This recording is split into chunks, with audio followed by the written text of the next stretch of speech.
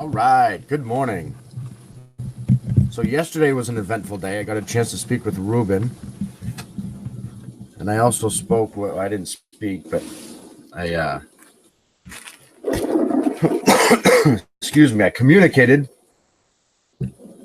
with Ronnie Harris yesterday, and so it looks like we're going to meet up and discuss shape of the earth and maybe bounce some ideas off each other and stuff like that. So what I'm going to do now is, because I'm going to be speaking with Ronnie Thursday night, 8 p.m. Eastern. Central, 8 p.m. Central Standard Time. I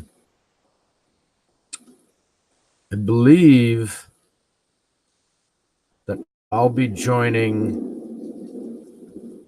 him on his channel. Now, there's two Limitless channels. I'm not sure which. It doesn't really matter. Hopefully, maybe they'll use the largest platform, which I believe is the Awake Souls. But regardless, I'll be joining one of these channels here regarding Christian simulation and simulation Earth. They claim to have a map and a model, and so while I currently disagree with their view of the Earth, I'm sure there's lots of things we all agree on. I don't believe the Earth is a flat square. I believe we live on the inside of a stationary sphere. But regardless, at least they claim to have a working map. So that already is more far-reaching than the rest of the flat Earth community. So for that very reason, because they claim to have a map, for that reason alone, that alone puts them at the top of the flat earthers worth debating. I mean, not having a map, Nathan, really sets you back far. And even the heliocentrists know it. So if you really want to help people get off the spinning ball, Nathan, if that's really your goal, promoting this whole flat earth, well, at least it helps get people off the spinning ball. No, it doesn't. Not really. All you're doing is keeping them heliocentric by telling them that you live on a flat circle. That's all you're doing, is you're pushing them further towards heliocentricity. You're not helping. If you wanted to help them, you'd tell them, listen, I was a silly flat earther for a little while, but here's the thing. There's no downwards curve. The earth isn't rotating. The globe maps are accurate, but we don't live on the outside of a spinning ball. Our creator put us on the inside of a terrarium, a spherical one, and we live on the inside of a ball. Gravity isn't pulling everything to the center below our feet. Universal compression is pushing everything from the center above our heads down towards us. That's what's really going on. That's what you'd tell people if you wanted to help them. And they'd be like, oh, yeah, I guess that makes sense. At least the stars and the maps and gravity would make sense if it's all just inverted inside out and upside down. Can you feel it? You know what I mean? Jeez. That's what you do if you want to help somebody. You tell them something true, because something true is going to make sense. Okay, Nathan? So anyways, Nathan Thompson, talking to you. Yeah, I'm straw manning you. How do you fucking like it, brah? Straw manning you. Don't get triggered now. So these guys claim to have a map, which we are going to sugar. Where is it? Here we go. We have the true map of Earth. Come debunk it. I'm not going to bother trying to debunk the map. Well, I don't know. It's a distortion. Yeah, you've got two Antarcticas here, two half. Yeah, I don't know. I guess before I try debunking anything, I'm just going to look at what you have to say and look at your information. Because one thing that I find that really helps people gatekeep themselves is automatically looking at something, trying to debunk it.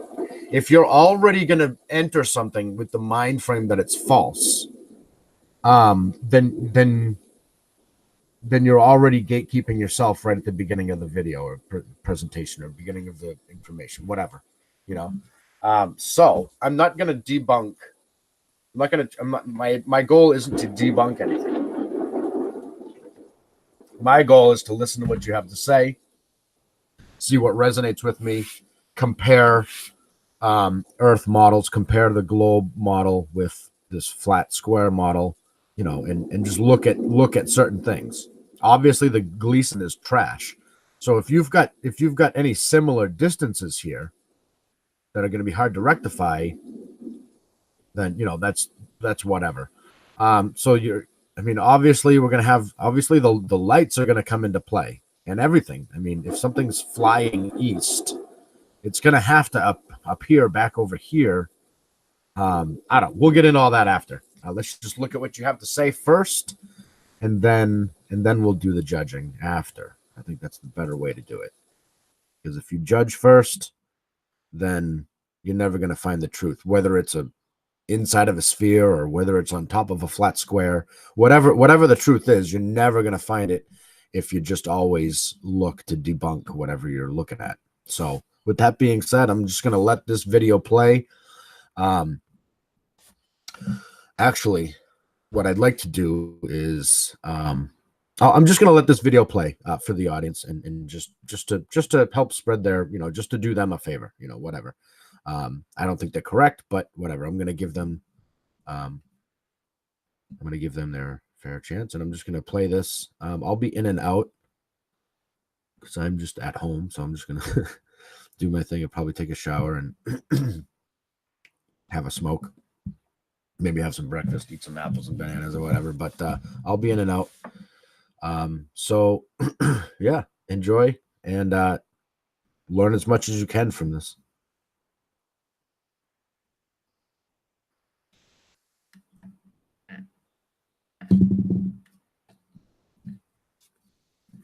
It's going to be 2 hours at least.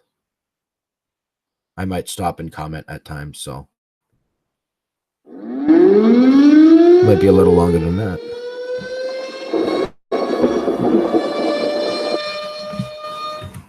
Let's get the volume. Team YahWeWishyWashy Productions. I'm gonna send it to outer space to find another race. I'm gonna send it to outer space to find another race. I'm gonna send it to outer space to find another race. This is a special Flat Earth announcement. Join Jason of Awake Souls and Ronnie of Event Skeptic live the 17th of September. Okay, so that answers it. So Jason is Awake Souls and Event Skeptic is Ronnie. And then there's like 2 other channels. There's Limitless and Beyond Flat Earth. And then there's another one too. So I think, I'm not really sure. I think maybe they share some of those channels. Maybe they each have one of their own personal channel. And then there's the other ones they share. I don't know. But these guys are working together, which is cool. That's fine. Teamwork is good. So yeah, I was confused about that. I remember in the past, I was trying to remember because I mean, these guys juggle lots of channels, which is interesting that they have time for that. And, you know, I don't know if they have, you know, have to work or whatever. Different people have different lives. Some people, you know, don't have to work. They're comfortable. So that's cool. So anyways, here we go. September, 2 p.m. on Beyond Flat Earth.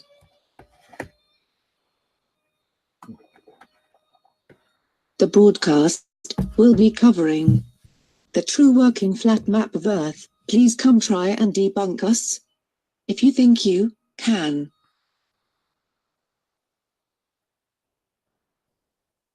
Thank you. This has been a Truth Service announcement regarding the true shape and reality of our Earth. Goodbye. Find another race. I'm gonna send it to outer space. Send it to outer space.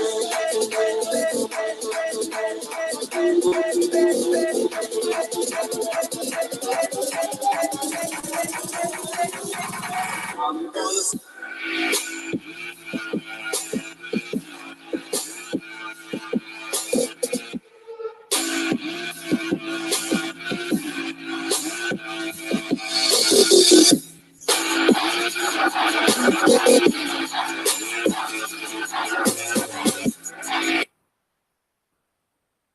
Hello, brother.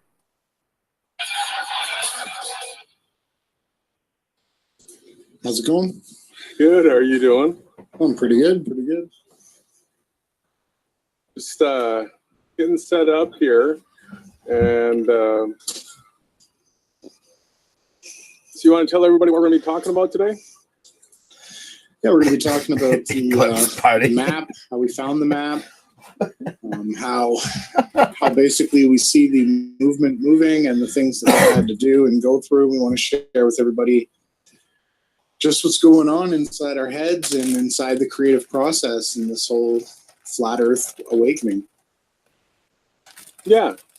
So there was one more thing. If you just want to tell people a little bit more about what we plan on talking about today, I'm just going to continue to get set up here, and I want to play a vlog that I recorded yesterday, and I just was not able to get it uploaded to YouTube today.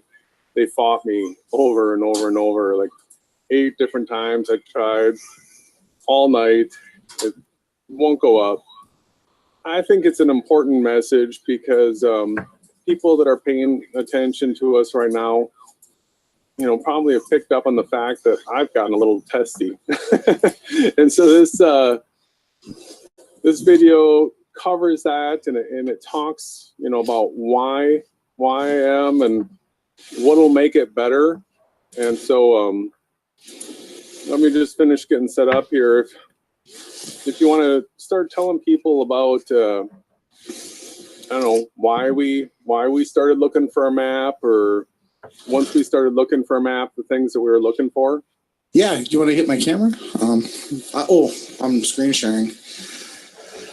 So basically, we started looking for a map that would basically be a 2-dimensional representation of Earth with the least amount of distortions. Hey, ROTR, what's up? Mike from Flat Earth Talk. Okay, notice how he said a 2D representation of Earth. Let's listen to that again, because it's important to listen to what people actually say. Sometimes I get upset with people because they respond back to me with, well, you said, and I'm like, no. That's not what I said. What I actually said was XYZ. So let's look at what he actually said. Okay. Today we are going to be explaining how we came across the map of our reality, and we're going to be sharing it with you guys. Beautiful day here in Austin, Texas. Okay, the map of our reality. All right, hold on. So there was one more thing. If I don't know, why we started looking for a map, or once we started looking for a map, the things that we were looking for. Yeah, do you want to hit my camera? I'm screen sharing. So basically, we started looking for a map that would basically be a 2-dimensional representation of Earth with the least amount of distortions. Hey, ROTR, what's up? Okay, so a 2D representation of Earth with the least amount of distortions. Least amount of distortions. Okay, so that makes sense. I mean, all the other flat circle maps have huge distortions, so you're trying to find something flat that has the least amount of distortions, because obviously the A.E. Gleason has many, many distortions. It has distortions all the way around it. The whole thing is distorted. So these guys are going to create a map that is less distorted, according to what he just, well. Camera? I'm screen sharing. So basically, we started looking for a map that would basically be a 2-dimensional representation of Earth with a 2-dimensional representation of Earth.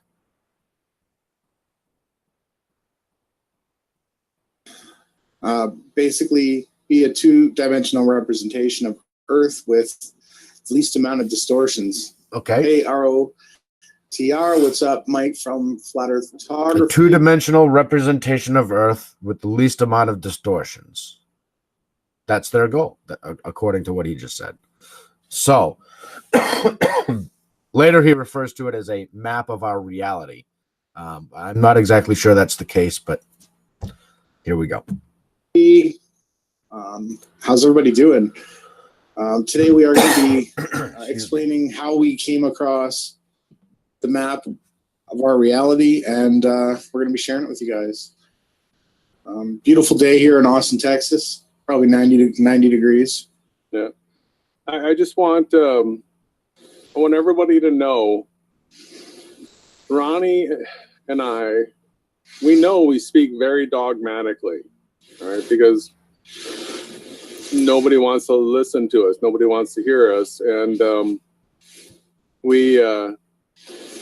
we're shouting now what we have to say.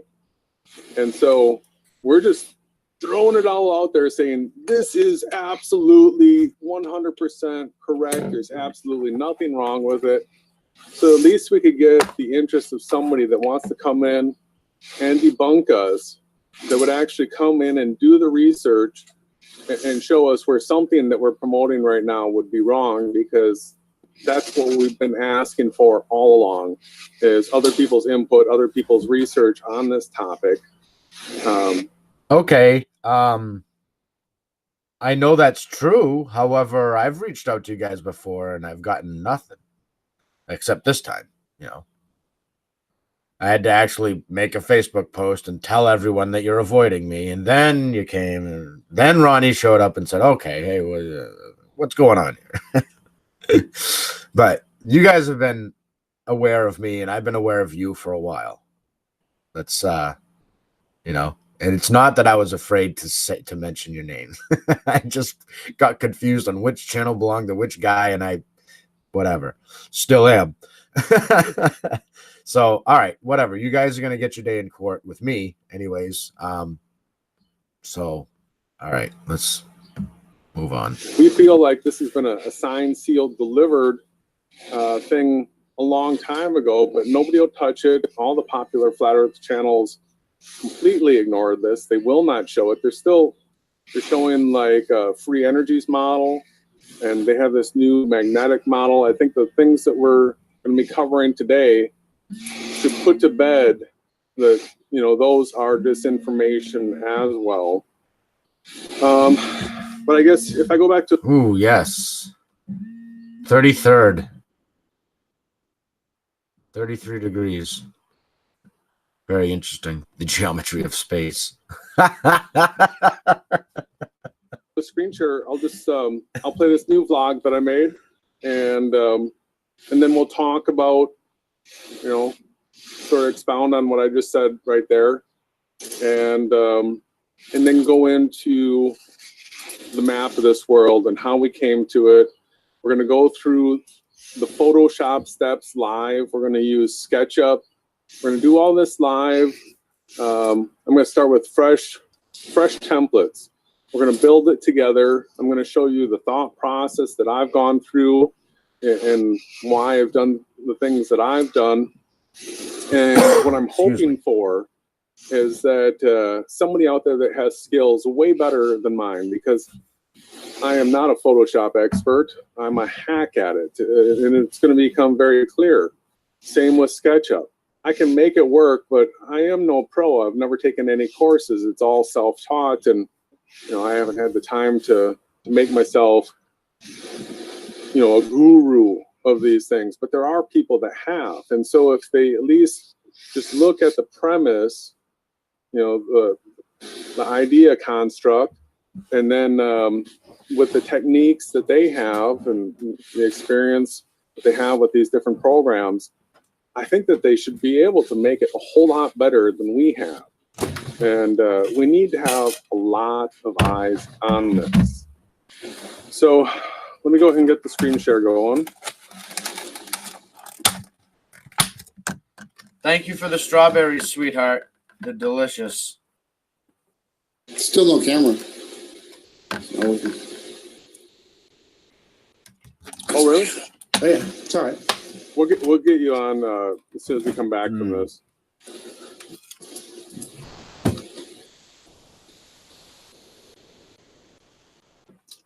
Yep, it's at the beginning.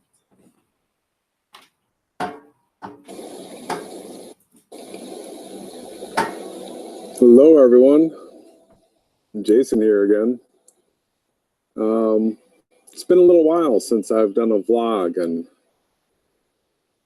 it feels good to do one again.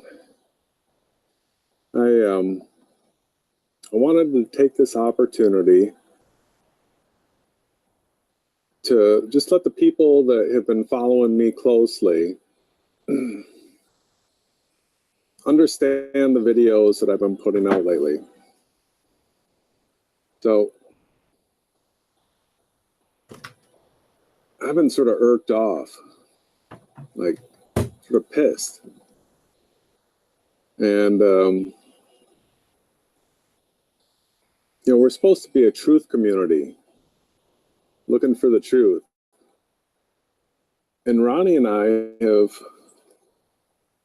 for some time now, been showing what is the true map of this world. And we've been completely ignored. We pointed out the problems that the popular AE model has, and we've been ignored, completely censored. We're screaming and shouting for the truth, and nobody wants to hear it. So I've been getting a little testy lately.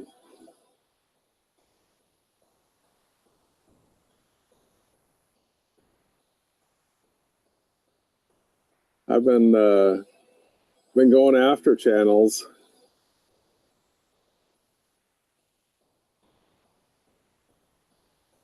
a little bit more aggressively than I had been in the past. And I've made the decision that I'm going to continue to ramp up the intensity over and over and over again, as much as I have to, until I get a debate from the popular flat earth channels.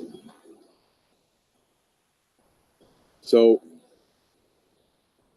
like the Jarens, the Mark Sargents, Patricia Steer, Globebusters, Eric Bay, Mr. Thrive and Survive, any of the big name channels in flat earth. Oh, The Truth is Stranger Than Fiction.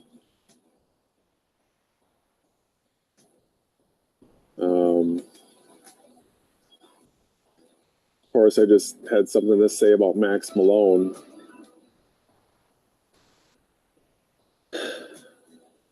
Debate me.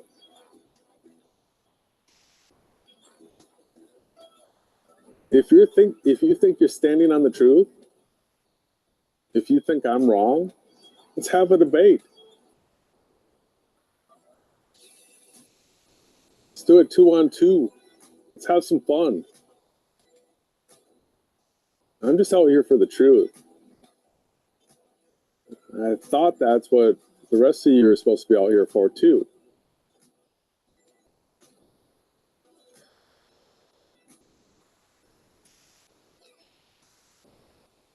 I don't want to get into a physical conflict with anyone. I don't want to fight anyone. I don't want to beat anyone up. I'm out here for the truth. And this is a mental war.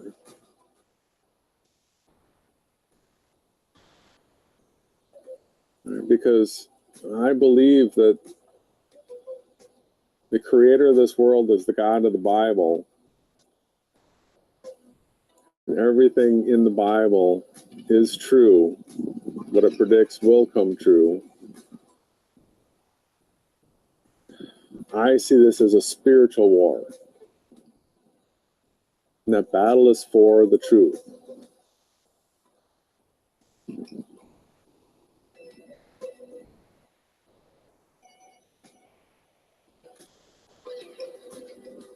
Who's going to fight for the truth? Come on, people. I'm going to.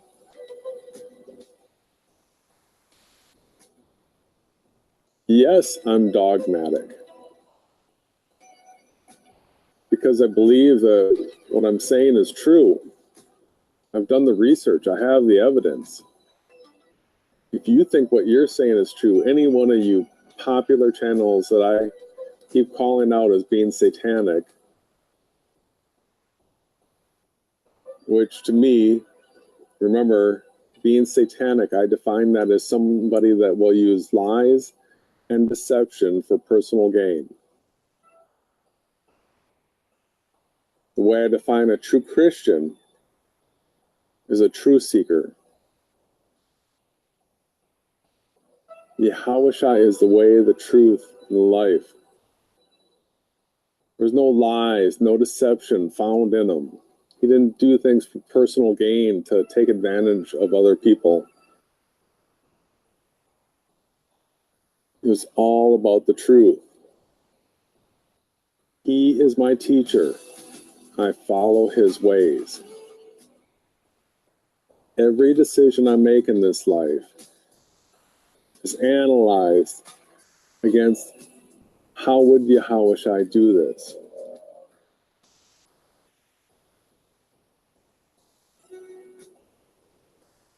What I see from the scriptures is that he fought for the truth. He wasn't a pushover. He was no wimp.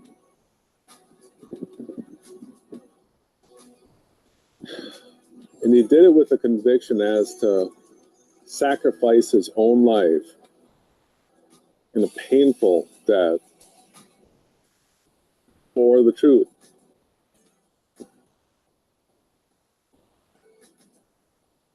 He's my example.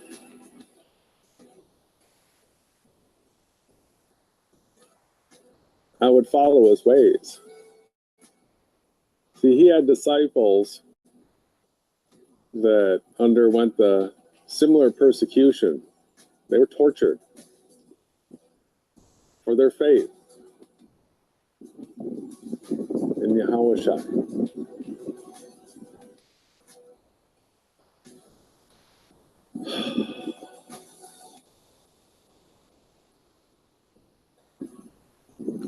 Once you have the truth and feel it inside of you,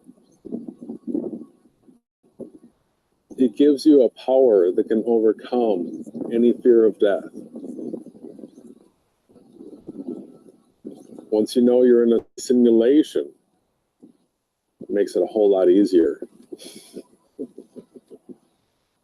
It's a little insider secret that takes the pressure off.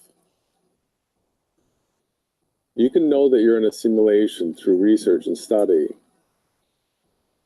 If you come to the conclusion the earth is flat, and then you look up, all right, this is a challenge to everyone that thinks that they're not in a simulation, but know that they're on a flat earth. The next time the sun is out, at midday, whenever your solar noon is, put an umbrella over your head on a sunny day and see whether or not you're in the shadow of it. See, if the sun is over you in your circle of sight, chances are you don't live between the tropics of Cancer and Capricorn. The sun is over you where you live at your latitude. For me, I'm at 30 degrees north latitude, Austin, Texas, 30 degrees. For the sun to be over me in my circle of sight, on the flat earth model, the sun's almost to the equinox, September 21st, the equator. That's a long, long distance from Austin. Okay, the sun would be at the horizon for me. But no, when I put an umbrella over my head, I am in the shadow of the sun. The sun is over me, and I'm at 30 degrees north latitude. Chances are most of you that hear this message live farther away from the equator than I do. Chances are you're going to be in the shadow. All right. You're in a simulation. Ronnie and I have the true map of this world. We didn't make it. Right? We figured out that it is the one, and we can prove it to you.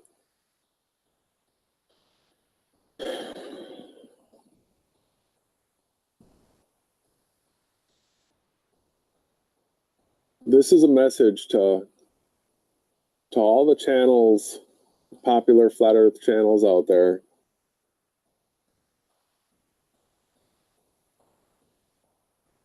That are fighting the fact that we are in a simulation.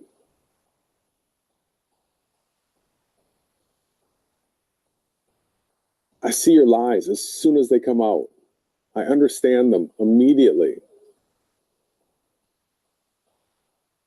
I will continue to expose you over and over and over again until somebody has the courage to finally stand up and debate me and Ronnie, two of us. 2 versus 2. Pick your partners.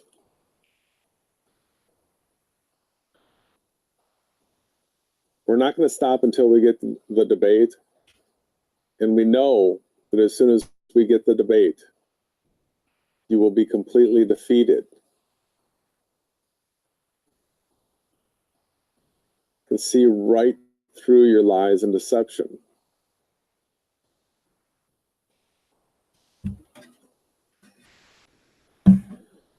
So we'll see. We'll see what level of pressure we have to ramp it up to until we finally get a response. There's somebody from that popular flat earth community finally stands up and says they're willing to debate us. We'll see how long that takes. As it turns out, this video that I'm streaming, this is an Awake Souls video that was published September 19th, 2017. So they have been offering this debate proposal for a while. They have been offering this debate proposal. I was still a flat earther while they were offering this debate proposal.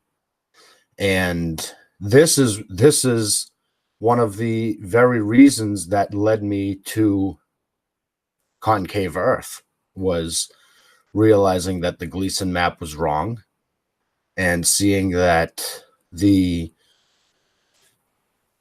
main progenitors of all the flat earth information had a wrong map and no valid model, really, when compared to a concave model. The flat earth doesn't have a model. There's many different models that try to, so that was so that's the point, is that these guys have played an instrumental role in my journey, even though I don't even agree with their flat square simulation. But it brought to light the flaws in the mainstream flat earth versions. And so for that, I thank you guys. Seriously, I'm dead serious. I thank you for that, because I mean, this helps. Whether your earth is a flat square or not, this is exposing falsehoods in flat earth, and I appreciate that. Oh, so my point was, is that Jason, you just, well, not just, back in 2017, you just offered a debate proposal from any major flat earth proponent, right? Okay, well, I'm not a major flat earth proponent. However, I'm willing to debate you and Ronnie against just me, just the two of you versus me this Thursday evening. And we could call it a debate. We could call it a discussion.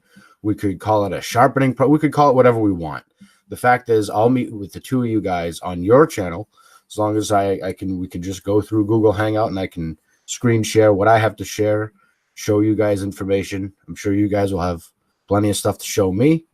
Hopefully it cannot be like the Nathan or Joey experience. I'm sure you guys are a little bit higher caliber than that. So I look forward to that.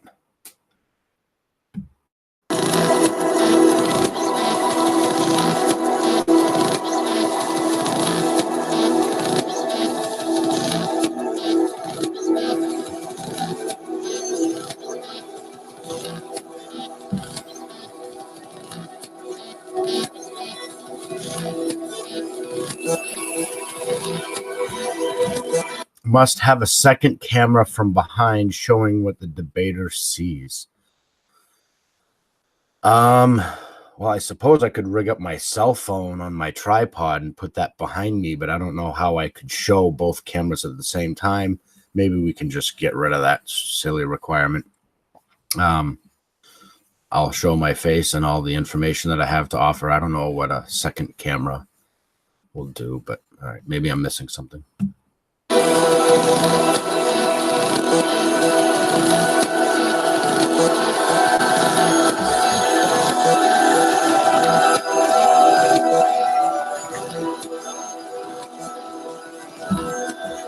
No headphones. No problem. I understand why. I won't. Well, he's currently wearing headphones right here. But yeah, for the debate, yeah, I won't need anybody whispering in my ear or anything like that. That's fine.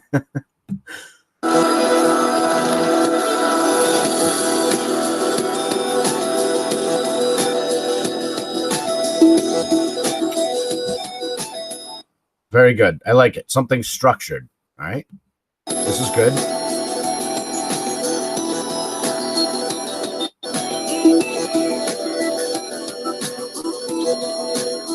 Yeah, I don't know about this one here.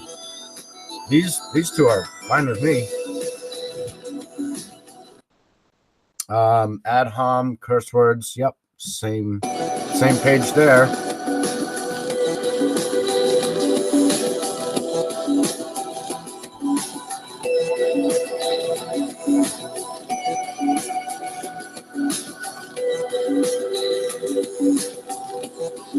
Reposted by anyone? Sure. Yeah. Fair use. Yep.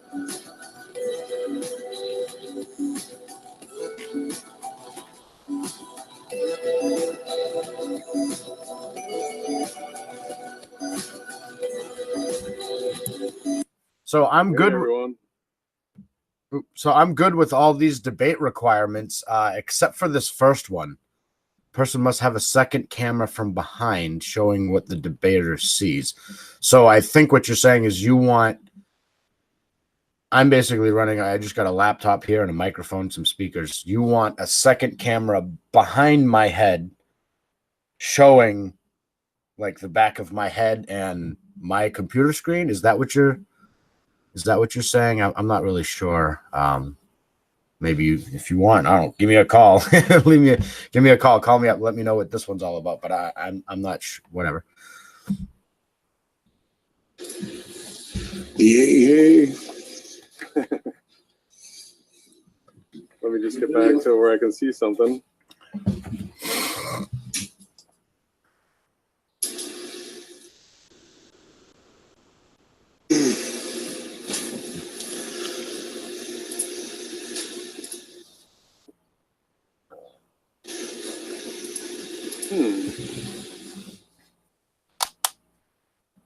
Oh, I know what happened. Got it under control. I got it.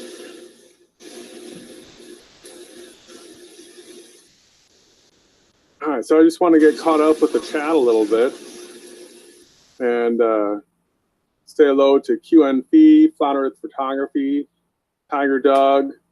I guess those are our main commenters there. And let's see, Tiger Dog asked, what was YahWeWishy's mission and what did he accomplish? You want to take a stab at that, Ronnie? His mission was to free humanity, and he accomplished it. It's our gift to accept his accomplishments. Yeah, so he came into this world. The world was corrupt. If you read the Bible, you'll see that there was a fall in humankind. Adam and Eve, they sinned, and the Creator came back into the world to buy back what was lost by that fall of Adam and Eve. And we were doomed to destruction because of that fall. And by him coming back, his name was YahWeWishy, not Jesus when he came back. He redeemed us and gave us a way out of this world. And yeah, it's interesting to discover that we're in a simulation. You know, it wasn't my first thought. It wasn't what I was raised being taught, but that's what the research has shown, and that's what we plan on covering today. And like we always do, but what we'd like to do today is have a real focused broadcast on the map, because like I mentioned in that vlog video, you know, Truth is Stranger Than Fiction just put out a video like totally discouraging the idea of pursuing having a correct and working map. Did you catch that, Ronnie? Oh yeah, I definitely did. And I believe the title of the video was "You Can Have the Map of the World and Still Be Lost." I think it was a cowardly attempt to tuck tail, and backhandedly he's promoting the whole magnetic Earth crap. And it's just really, really sad that that he's doing that, because the map's already been totally debunked. It's crap, right? And I think I'm screen sharing. Yeah. And I just wanted to share with everybody real quick right here in the chat right now. So for all you flat earthers out there that love the circle of the earth, like Zen Garcia and Rob Skiba, look at this. You see this map that's in front of you, Jay? I do. What do you think of this map here? What's this landmass right here? Hawaii? Hawaii. Ding. Yeah, you got the bell. So basically, what we don't have here is Antarctica, but it's basically a circular representation of our reality. Yeah. Well, people will see as we go through this hangout here that it's most likely not a circle, but we don't have to rule it out. We can bring in, you know, you, the listener, as a researcher.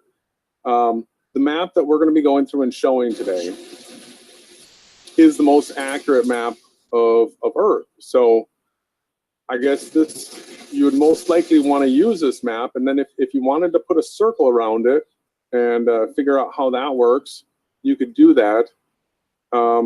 We've discovered that it actually works in the square rectangular shape. We don't know exactly if it's a square or if it's rectangular at all. We're going to be covering that, and that's where people's help could come in to know whether or not it's a square or rectangle perfectly.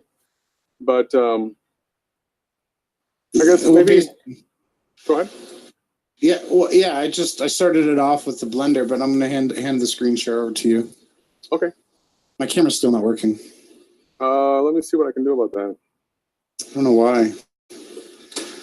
I guess I'm not pretty enough. It's all right though. Women are made to be pretty, right? I'll make you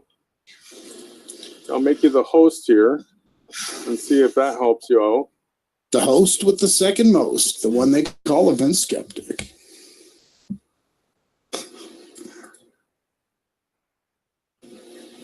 And There they're you live, are. Nice. from Waikiki Beach, Hawaii. Okay, back to you. Get the screen share going. And Oh, yep, chat's good. I can see it nicely today. oh, good. Yeah, Tiger Doug. Christ was successful. He achieved, fulfilling the needs for mankind to evolve to the next level. So basically, you're going to take us back to the stereographic projections. This would be about what, December, January, correct? Just about 2017, first month. We could go back through and pick exact dates. We know that when I went on Globebusters, all right, I'm the only flat earther that ever got sniped off of Globebusters. But when I went on there, I did show an image. I think it's this one down below that we'll get to. At that time, I had already put out a video. So I'm 1 year in on going against the grain of the popular flat earth community. It was the fall equinox last year that I was doing research and came across that, not only does the sun rise 90 degrees east and set 270 degrees west at the equator, it turns out it does it everywhere, all Earth, okay? And it didn't take but just a second in my head to realize that cannot work with the AE model that I've been taught. It was just like instant short circuit, like, can't be 90, 270 everywhere if the sun and moon are doing circles. In fact, it could never be 90 and 270 ever. We'll get into that, but I had been researching math at the time. I talked a bit about some of the problems in math when I was on Globebusters. And the math led into cartography that I was going through in the research. And like I've told people for a long, long time, I knew this was a simulation before Flat Earth. I had figured that out through non-dualistic studies, the Eastern religions. I've spoken about this path many times. And I did come to the realization that I was in a simulation. So right away, as I'm going through this information, I'm looking at it from the standpoint of if we are on a flat plane, and I had already come to the conclusion that we are, then I know that we are looking for a flat two-dimensional map. And okay, so therein lies the problem right there. I'm going to back that up real quick for 2 seconds. Where are we? 3156. if we are on a flat plane, and If we are on a flat plane, and I had already, what was that? Let's listen. I had figured that out through non-dualistic studies, the Eastern religions. I've spoken about this path many All right, times. so simulation, no simulation. And I did come to the realization that I was in a simulation. Okay. So right away, as I'm going through this information, I'm looking at it from the standpoint of if we are on a flat plane, and I had already come to the conclusion that we are. Okay, so he had already come to the conclusion that we are. So that is a potential false premise right there. If you have already come to the conclusion that you are on a flat plane, then you have to force that into your model. I had come to the conclusion that we were on a flat plane, just like you, Jason. I had also come to the conclusion that we were on a flat plane. We just didn't have the stars or the maps figured out just yet, even though people knew the earth was flat for thousands of years and we still don't have a working map yet. So it's, I don't know, man. That might be the problem right there, Jason. if we are on a flat plane, and I had already come to the conclusion that we are, then I know that we are looking for a flat two-dimensional map. And but because of all the rise and set angles of the sun and moon that I was studying during this time period, you know, the equinox, rising east, setting 270 west, I came to realize that the motions that we see in the what we call the northern hemisphere, quote unquote northern hemisphere, are mirrored in the southern hemisphere the other way, which the globe model is designed to account for that. And so there's so many globe earthers that seeing the data for the northern hemisphere, how it mirrors to the southern hemisphere, it's a huge hang up, and they realize that that popular flat earth model cannot work, and they just Right. And the reason why it works on the globe model, Jason, is because we do live inside of a globe. That's why shit works on the globe model. It's just inverted. You don't live on the outside. The sun's not 93 zillion miles away. miss flat earth because of that. And so I was looking for a map that would project onto a globe. And I got down the path of stereographic maps of Earth, and I showed one on Globebusters. And I mean, you know how I got treated on there. And then so after that show, maybe you could fill in the blanks between being on Globebusters and when I was on Flat Earth Conspiracy. Well, so like yourself, I was constantly trying to find the true map in reality. And I had been working with Lori Frary from the Flat Earth Conspiracy for a few months because she would at least accept that the circling sun model did not work. So she had asked me, because I interviewed you to get your side of the flat earth, and I suggested that you go on Globebusters, and then instantly you got contacted by Mr. Dearth, David Weiss, and you went on there, and then Lori wanted to have you on because she seen what controversy you created, like Jerry kept your camera on, they interrupted you, they were rude, they attacked you, they bullied you. It was 3 against 1. You did a valiant job. You held your ground. And then so the next week, was Monday or Wednesday, Lori had you on. And this is where, so you had shown this map on Globebusters that you're presenting here, the stereographic, it's a stereographic map, right? It's like the Lambert. Well, it's a stereographic projection. And so when you do research on that, Lambertian. make this a little bigger.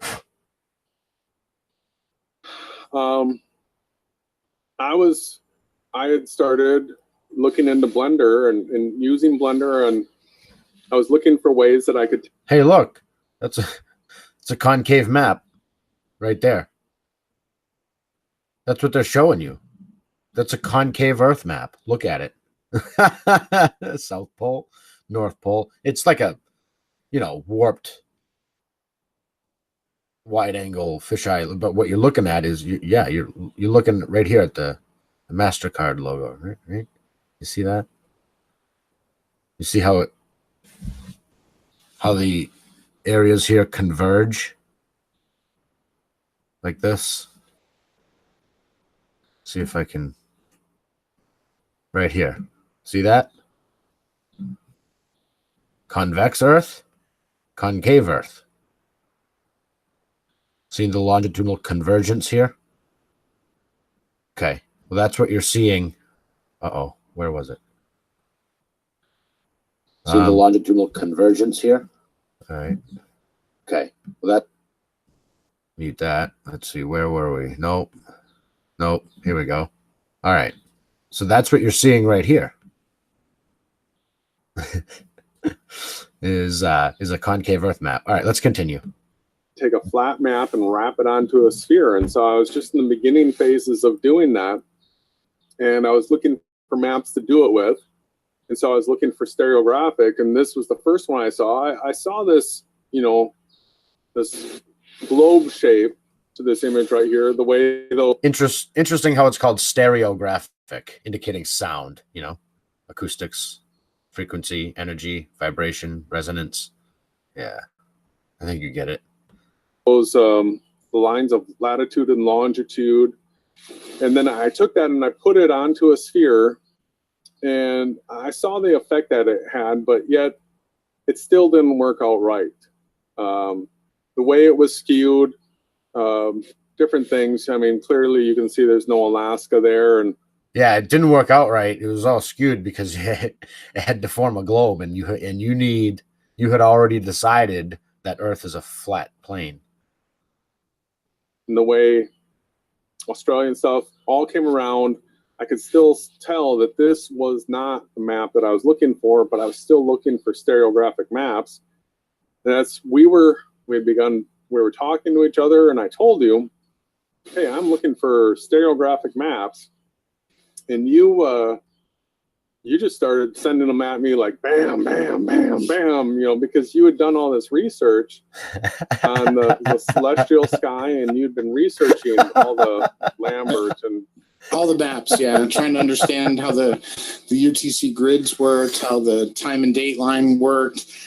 I had basically like hundreds, if not thousands of maps. I had a few gigabytes of map data. And then I came across the 1894 oblique Mercator, and I remember thinking to myself, it's funny, if it's oblique, would that not be, if it's a little bit fatter at the bottom than it is at the top, wouldn't it kind of match what Neil deGrasse Tyson was saying? And I remember the revelation that I had. I shared it with you right away. Yeah, the oblique to oblate. So we've got NASA and what's his name? The black actor. Neil deGrasse Tyson, yeah. Yeah, that guy. He said Earth's a little chubby. It's an oblate spheroid. And so it doesn't, once you're doing research, you see these connections, ding, ding, ding, lights come on. So I take this map and I'm trying to wrap it onto a sphere in Blender, and I don't go through one of the steps correctly. And when I hit unwrap, wham, there it was. There was the globe. Not perfect, but wow. Because if you take a look at these lines here, let me get out the annotate. We'll get people, hopefully we get some questions in the chat, everybody. If you look at what would be the equator right here, look at the maps of Earth, Google Earth, all that. This lines up for an equator right through here. That the equator, that line hits these land masses at the right place. Now you got this wavy line right here on a 2D map, but as soon as you go and project that onto a sphere, that line right there turns into a straight line, like an equator, like a stripe around a croquet ball. Right? It goes straight, and that it has to do with room lines. We can go into all this research. Jaren's had a whole bunch of trouble with Google Earth because when he tries to stretch a line, due east or due west, he sees how it curves down to the equator. We've explained all this a long time ago with room lines and how when you draw a straight line on here and wrap it onto a sphere, how it becomes a great circle route. That's what pilots and all that talk about. So, yeah, that answers a question that he's been asking for a long time and keeps people hung up like there's no answer to it, but it's been covered. That's an explanation for when you take a two-dimensional map and put it on a sphere. That's what happens. So if you know that you're not on a globe and you're on a two-dimensional map, that is what you would expect or what you would look for when you're looking for a map. And so yeah, I got a chance to reveal this on Flat Earth Conspiracies hangout with you, and can you tell us a little bit about that, how that went down? Yeah, basically you took your time. Lori was freaking out. she kind of was stressing out. It was weird. She was getting calls that day. She kept rushing things, and I said, let Jason do his thing. And then bam, you threw down the map, you showed how it projected to a globe, and you went through the basic run through, it was great. And then, Lori ended up freaking out, getting this is Bob and Cammie's map. And we said, no, Bob and Cammie showed the celestial chart map, and they didn't even have it correct. They had it like backwards and upside down. And then she put the show on private, but you and I believe QNF, huge shout out to QNF. I think you guys had it downloaded. And, the rest was history. Yeah, but yet still nobody reaching out saying, hey, thanks for sharing the true map of the world. We have all these channels doing everything they can to silence us, make sure that people don't hear about this, that this is what actually works. And we're going to go into it. So hopefully people, if you have some questions about this, let us answer them. But the next iteration that we started working with, we had a little bit of help. We had somebody that we were communicating with, and he sent a link. We had looked all around for here we go. We had looked all around for high-res versions of that 1984 CS Pierce. And I mean, you've got terabytes of things. I mean, you can even see that if you follow these lines, latitude and longitude, you can tell that this just wraps right back into a ball. This is just a two-dimensional unwrapping, like he said, of the globe Earth. And you'll notice it's concave.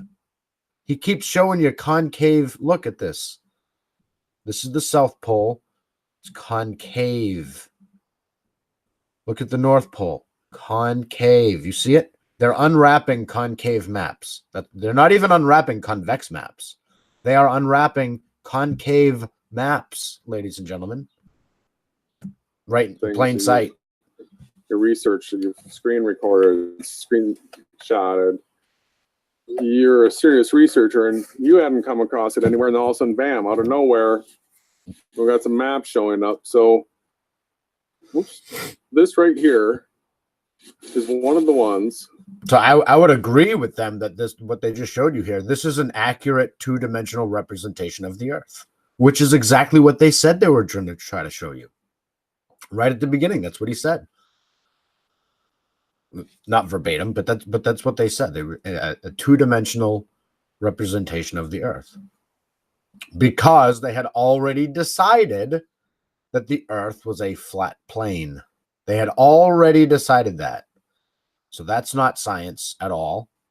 You don't already presume the Earth to be a certain shape when you're trying to ascertain the shape of the Earth. Rule 1. Don't assume a shape when researching the shape of the Earth, because I thought it was flat too, and water is just not flat. These flat representations are just unwrapped concave maps. That we're put onto. And if you take a look at this and compare it to... If you take a look at this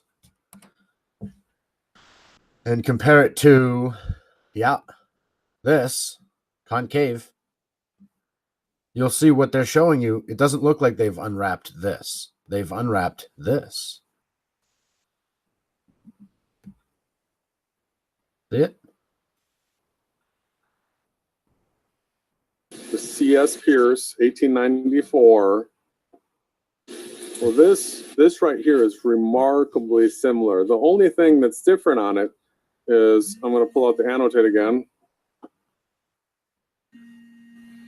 So Antarctica is split on the map on the CS Pierce, and on this one they have the whole thing together. I'm going to show you in another one. They actually left behind a few little degree symbols and things like that on one of the maps. Not sure if it'll be high enough res for people to catch in the live hangout. You can definitely go look at it yourself, show you how to find it. But so when I look at this map right here, I realized that all I had to do is in Photoshop, trim Antarctica right here, take that side around, slap it on the other side, and of course, all those grid lines line up perfectly. Okay, so all they did is stylize the map by leaving Antarctica together as one over here. Because Probably we didn't because it make is this together as one We down at didn't- the bottom. we didn't go out and fly around. Although I don't believe the size of Antarctica that they tell us is accurate. I do believe Antarctica is a continent at the south pole of the inside of a stationary sphere, but I do think that the circumference of Antarctica is a lie or inaccurate. And there may be a hole in the middle of the continent of Antarctica, making it a ring, if you will. If you punch a hole in the middle of something like that, essentially you're going to have a ring left over. So Antarctica would be the ice ring inside the concave Earth, as depicted here. Nice ring. There's probably holes at both poles. I don't know. Never been there, but there could be some truth to these distances, these huge distances, because maybe the circumference is bigger, but I still think it's a continent. Found and surveyed the whole world. We didn't set up those grid lines that way. Can you hear that? A little bit. What is it? A plane? I don't know. I'm trying to figure it out. I think it's an airboat coming up the river. Oh, It might no, get- it's not that loud. Okay. If it gets too noisy, let me know and I'll mute. And No, you're good. so there's this map. This can be found on World's Map Online. Excuse me. Can't go to the next page with the annotate. Then there's this map. All right, so this is a lot like the other one, but now they've got Antarctica as one on the other side under South America. Okay, and you can still see how, like, this is okay. Pretend this is like a basketball, right? And you're looking at the inside of a basketball. Pretend you like almost cut the basketball in half, almost like when you go to behead someone, but you still leave a little sliver of skin. You essentially turn them into a Pez dispenser, right? Kind of pretend you do that to the inside of this ball here, this soccer ball, right?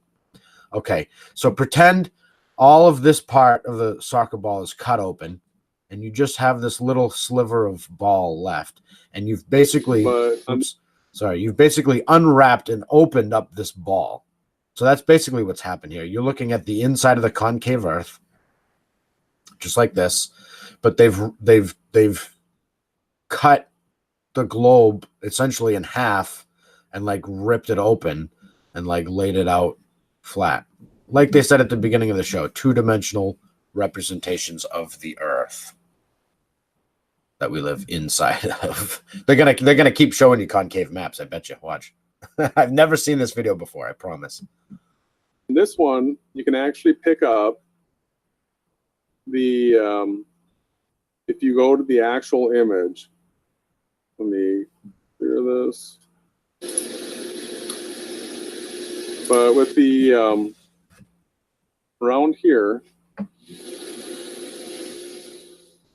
they have the numbers for the longitudes, and up here they have the numbers for the latitudes. So you can tell by looking at this image where the seam is.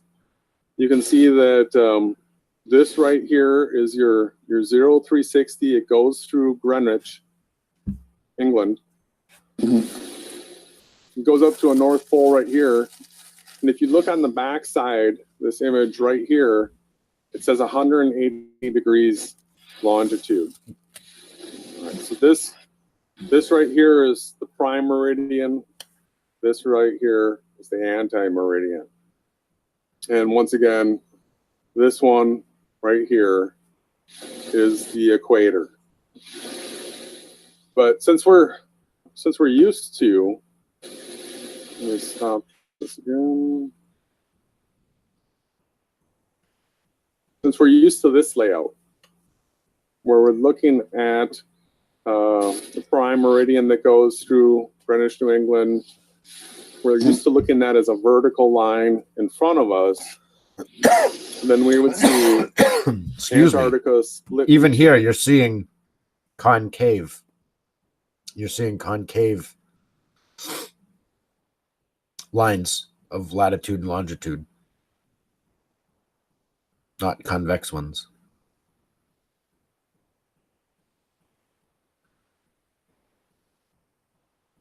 Two on either side here.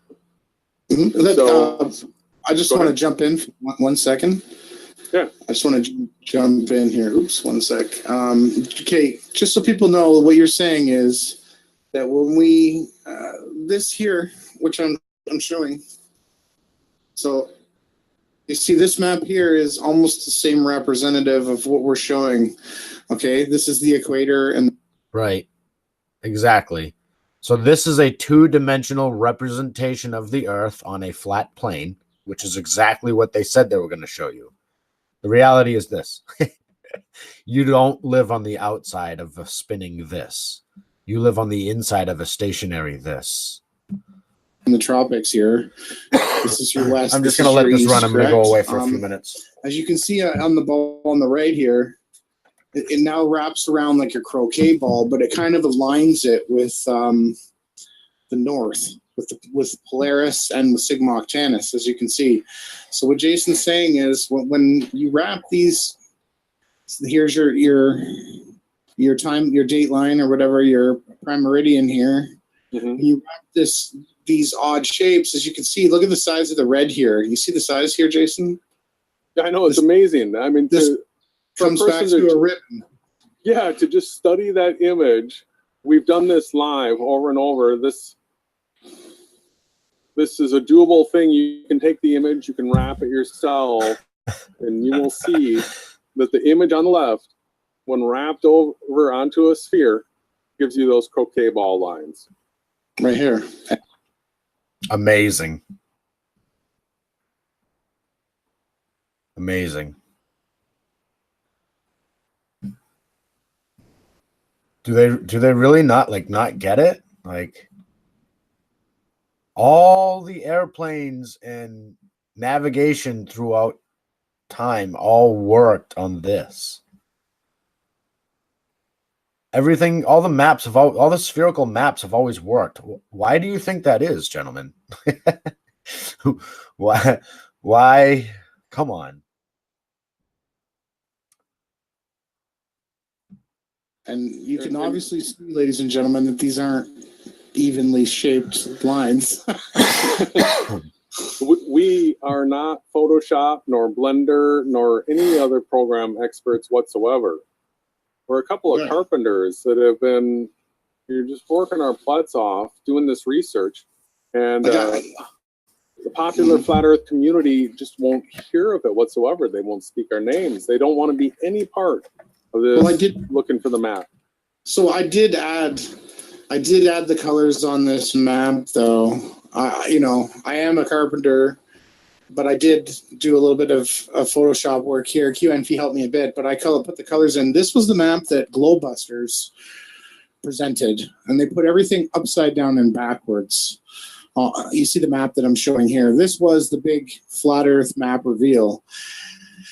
I'm going to throw it back to you, but I just wanted to say the reason why me and Jason are so brash is because we have found these truths, and we so desperately want to share them with people, and we just get nothing but, completely crapped on, and it's frustrating because we've had such great liberation that we've wanted to share with everyone, and we have to troll. We have to we're coming to yell. We got the documents. We gotta like, we don't want to yell. We want to be out here with happiness. And when we found these things, we were like, this is, you can go back and watch our Beyond Flat Earths. It was like an epiphany, like Jason was saying. So when we go back to the map here, ladies and gentlemen, I just hope everyone can understand that you can see how these distortions, so the skies are wrapped around us. The creator made this beautiful, beautiful realm, and he made it so we were on a two-dimensional flat plane. We all know how water works, but he wrapped the sky around us. It's so amazing. I can't even begin to comprehend how he did any of this. All I know is we've been blessed with this knowledge, and we have been censored, blocked, accused, mocked. You got Truth is Stranger Than Fiction putting out a video about maps. Doesn't show our map. We just want to share it. Like, we don't care if you put your name on the map and share it. We just want the work out there, and we're not going to stop. And I got so much to add. I'm just gonna stop. I'm gonna give it to you, Jay. Do we get paid to do this? No, I've never got it done. Actually, I've spent more money being and lost more hours in work. And do we have any royalty that's going to come from any book deals, any TV shows, any? No, nothing. We got nothing. No, we just love the truth and we want to share it. And it gets a little frustrating when you know that you have something that's way better than everything else that's being promoted, and not a person will listen. Not a person will look into this information whatsoever. So I'm not going to interrupt you. Have you haven't gone through the Hotime projection? You're working up to that, correct? Yeah. Well, okay, I was gonna take the image right into Photoshop and show people the process that I went through so that other people can do it better. I think just before that, do you have the link for the Hotime? Oh yeah, I want to make sure people understand that this is the most accurate map. If you could read that before you go into the Photoshop, because then people have context for what you're doing, right? Because we found this map. Clifford Cox, huge shout out. He was one of the people who he jumped on when we accidentally put the link in the YouTube chat, and we were looking for people to join us, and he came in and said, hey, this map kind of looks similar to what you guys are showing. And that's when Jason found this site that he's pulling up now. And I put it in my video, Cartography and the Flat Earth According to Enoch. And I'll let you take it away, brother. Yeah, so I'm just going to keep going through these tabs a little bit. I've sort of had a thought process to them. So we were at this one, and then this one is the same one as this one as far as, the way it has Antarctica as one underneath South America. We talked about how, splitting Antarctica, we'll get into that. I like this map best out of all. Online, this is the highest resolution picture of all. So it is the clearest one that I can possibly use. It has the outlines of the countries on it, and it's in a nice bright blue. It shows how arid the areas are. It's semi-topographical. It shows reliefs in the oceans and all that kind of stuff. So this is the map that I've been using the most, but any one of these you could be using. So this oblique Mercator projection, I just sort of want to go into this whole thing. NASA talks about it, the space oblique Mercator projection, and they have a book on it, Space Oblique Mercator Projection, and here's that PDF you can find online. So I recommend people go through this information here, and you're going to see that there's tons of big formulas that might scare off the average person, and I'm not going to go through the formulas themselves, but what I was doing is reading the paragraphs in between the formulas. And the big thing to understand here I'm just going to scream this out over and over and over. If we are not on a sphere, the map that we are looking for is a flat two-dimensional map. All right, but then we have these other requirements that we're looking for as far as the celestial sky is concerned. So we get to, where is the website for this? I thought I had the tab up. All right, I'm just going to go to the website for this.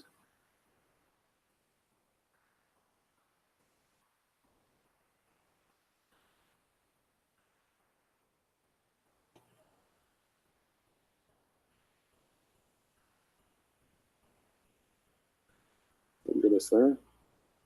Oh.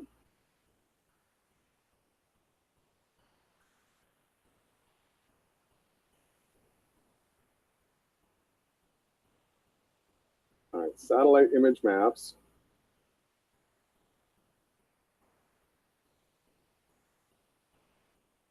Here are these maps. Let me see if I can make this bigger for people to be able to see. Here's another one of the same ones. This has got some different blues going on. I can't find a high-res version of it. I just want to read this. This is the description. World Maps Online. This is for an oblique Mercator. This stunning, detailed satellite image map of the world features both land cover and bathymetric data depicted in an oblique Mercator projection. The parameters of this map projection have been carefully chosen so that the inevitable distortion that occurs is relegated to the oceans and to the least populated and least recognizable land masses. The result is a unique, visually interesting, flat map of the world that exhibits nearly no distortion in the most familiar areas, even at the poles. This version of the map has been done in a stylish portrait orientation, perfectly suited to hang as an elegant piece of art in your home, office, or gallery. It's so pretty. Well, it is pretty to me. But the important things to take out of this is that this oblique Mercator is a representation of our Earth where all of these land masses, okay, are represented as accurately as possible without the normal distortion that you find in other maps. Look at Antarctica. It's not distorted. Well, it turns out that it's, whereas, you know, it's actually split in two. There is a Western and Eastern Australia. Let's take a look at map of Antarctica quick.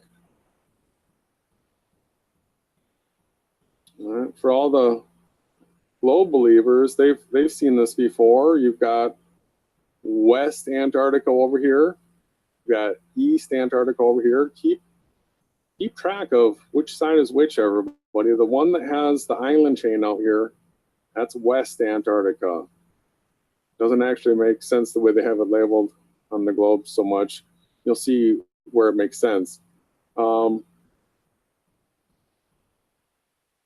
let's go ahead and I'm going to start with this image here. And I'm going to show you how I get my orientation. And so let me go ahead and bring up Photoshop.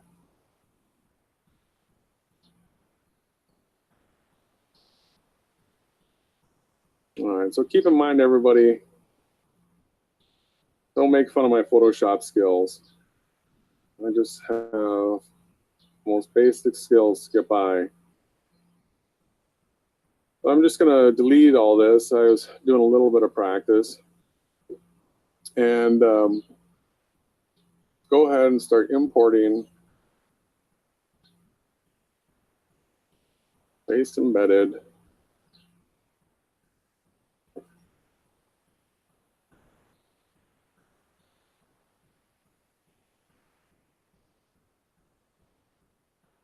We want that one that is like this. All right, so I'm just going to stretch this out to the width of this document. I'm using a 12-inch by 12-inch document. And because I stretched it in width, it's at 108% that way. I'm going to make the height equal 108% there, so we haven't distorted the map at all. And so the next task is we're going to trim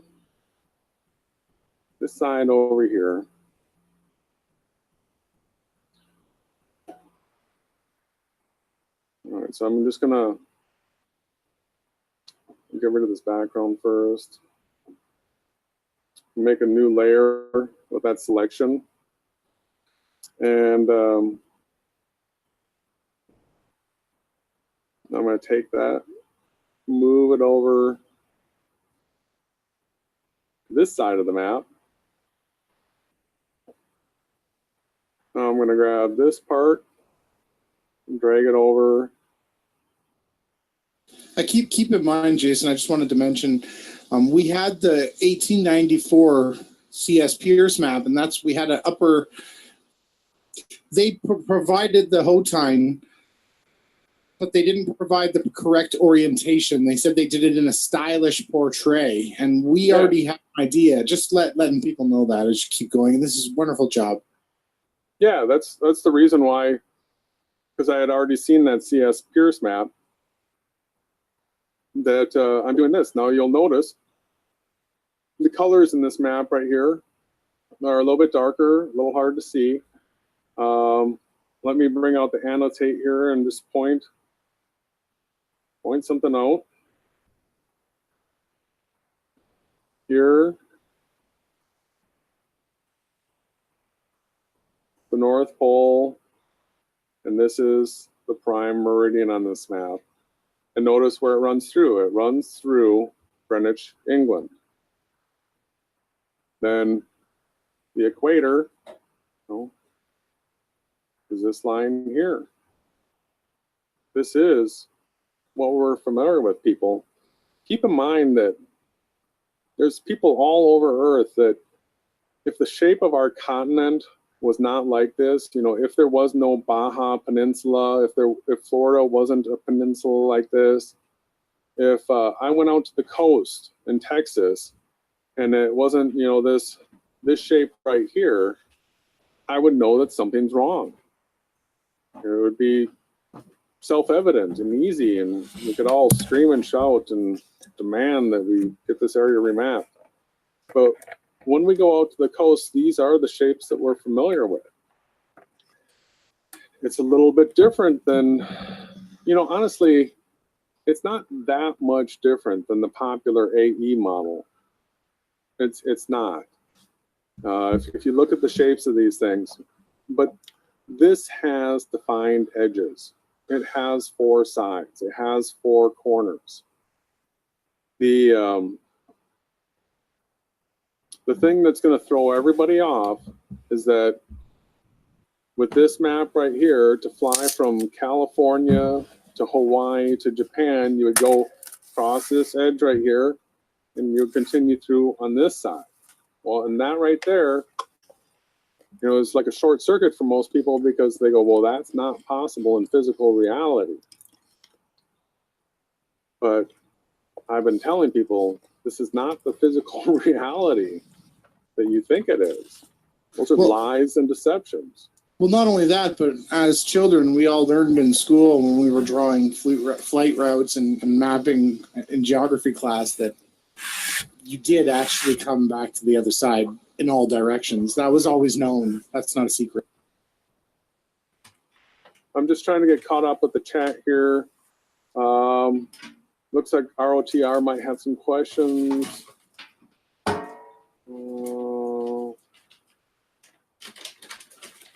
Well, ROTR says here, they're definitely rendered to us, that's for sure, but when the scriptures speak of the sun and moon being made, is there one sun and moon we see them rendered to us a little differently depending? Well, no, go ahead. What I see is one sun and moon for me. But I know that the person. Yes, one sun and moon for you. And that's what you have in the concave model, Jason. In the concave model, the sun is inside the firmament, the vault, right? Or not the vault, but inside the firmament, the outermost layer of spherical glass. The sun's inside that, and we live outside the firmament. Fallen angels were cast outwards onto the earth. So that's why everyone gets their own apparition of the sun, is because the sun you see is not actually there. That's how the sun can be right in the sky over Boston, and right in the sky over LA, and right in the sky over Austin, Texas, right there in your own sky, is because the sun's coming, the light's coming from the middle of the concave earth. And so everybody gets it in their own sky. Very simple. 10 miles to the east or west of me, when they watch the sunrise and sunset, Let's back that up just a second. that they're not seeing like the same physical. Well, no, go ahead. What I see is one sun and moon for me. Yep. But I know that the person 10 miles to the east or west of me, when they watch the sunrise and sunset, that they're not seeing like the same physical sun. Exactly. Right? Because they'll see it rise through a set of clouds that's often their horizon. That's right. The person on the other side will see rising set through a different set of clouds. That's right. It's all being rendered back to our eyes specifically, but there is this one sun and moon. Yeah, it's like in Very true. See, lots of clues right there. Lots of concave earth clues he just gave you right there. We all see a different position of the sun. Flesh or machine, every eye gets its own position, apparition, location, proximity of the sun. Because every eye, flesh or machine, can only see so far, and it all has a viewability range. So the sun is always going to appear within your viewability range. Whether you're in Boston or Los Angeles, the sun's going to appear within your viewability range. If you're on the half of the globe that has sunlight. Very simple in the concave model. Very difficult to understand on a flat plane. How can it do that? Very simple. in the video games, the new video games now, like Fallout Boy or whatever, the game has a cycle that it runs, And so that's why they have to say that's why they have to say, well, it's a simulation. It's because everyone's getting their own sun. So it must not be a physical, tangible sun moving in the sky. And they're right. That doesn't mean it's a simulation on a flat Earth. It just means you live inside the concave Earth and the light's coming from the center. Here, let me provide a little bit of a visual aid for what I'm talking about. Okay.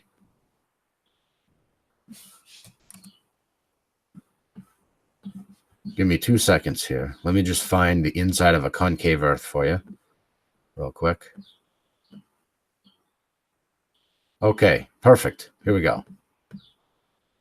Okay, if the actual sun is here, then that means people down here, you've got layers of glass that aren't shown in here. There's concentric, there's 1, 2, you know, here's a layer of glass. There's the Earth's surface, and then there's a barrier just 62 miles up. This is 8,000 miles wide in the concave Earth, 59 radius, okay? And just 62 miles above the inside of the Earth's surface is the firmament. So a very thin little sliver of air is all that mankind lives inside of. This little teeny tiny onion layer air pocket, spherical air pocket. Okay, so you've got God created light before he created the sun and the moon, okay, and the stars. He created light. Let there be light. Water already existed. Water already existed, not part of the recreation story. Light existed. Then later created the sun. Okay, so now if you have a sun which is still inside the earth emanating from the center, okay, the light is being projected from the sun. So people down here who live over here, they're going to see light is bending. So they're going to see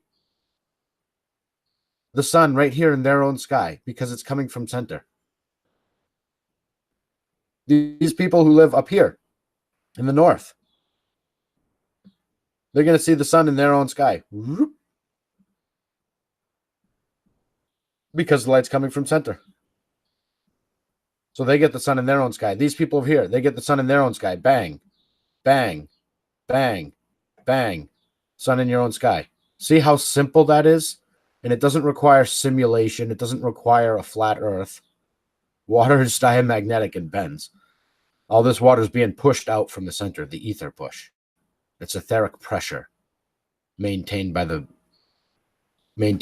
firmament barrier that is parallel with the Earth's surface. Very simple. All right. Now, let's continue.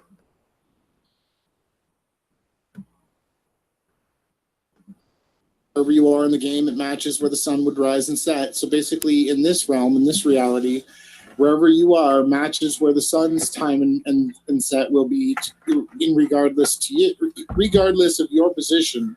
It has its path, but you are observing it in your own sphere, in your own way. It's unidirectional, and it is also fully immersive for everybody. Yes, I agree with that. Just not the flat plane part. But what they're saying about our observations of the sun, regardless of the shape of the earth, what they are saying about the sun is very true, ladies and gentlemen. What Jason and Ronnie say about the sun, I agree with. I choose to word it a little differently, but we're both saying the same thing. There is no singular omnidirectional light ball moving around above the earth.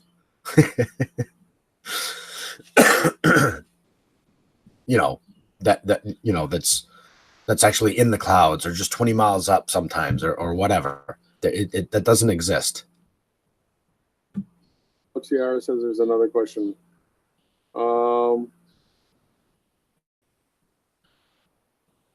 Let's see. So what do you guys believe goes on outside of our circle of sight? Do you think there is one real sun and moon maybe outside of our circle of sight along the tropic line showed on your map? That's what I just answered. So the sun starts in the east, it rises in the east, that's the beginning of the day, and it sets in the west, and that's the end of the day, when it sets for Hawaiians. So wherever you are along that 24-hour path, the sun will be where it's calculated and predicted to be always. It will never veer from that course, but you have a unidirectional observation from the ground of the sun. But it will always be on that line. So if it's outside your circle of sight, you can just look up where it would be on that map, and you're going to know exactly where the sun is. It will be there. This is a tricky one where we have to talk about the macro and the micro on that topic, which is something that I plan on doing some modeling on and getting into a deeper discussion today. So, please stick around, and as we get into that modeling, I'm going to be addressing that question specifically, and it's what I'm going to be showing is the macro to the micro, because I do not believe that there is one physical sun, one physical moon traveling over the course of this map right here. And so he just said it. He just said what I said. Which is something that I plan on doing some modeling on and getting into a deeper discussion today. So, please stick around, and as we get into that modeling, I'm going to be addressing that question specifically, and it's what I'm going to be showing is the macro to the micro, because I do not believe that there is one physical sun, one physical moon traveling over the course of this map right here, and that comes from observations when I look up, and I'm sure you get the same ones too, but we just need to I'll show you how to look at it so you can go out and test it and observe it for yourself. I'm sorry. So I think most people probably get an idea from what I did right here, as far as, you know, the map, being able to take one of these oblique markators and move it around. So there's, like,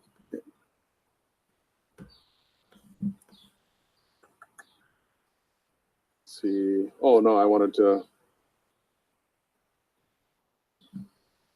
So this is just the best version that we've come up with it so far. And these lines here, all I've done is trace the lines on the map that would be the Tropic of Cancer and the Tropic of Capricorn. I have those in yellow. I've traced the equator in red. And the green line that I have would be the prime meridian and the anti-meridian. We picked that up from the other images, that this is 180 over on this side. This is 0.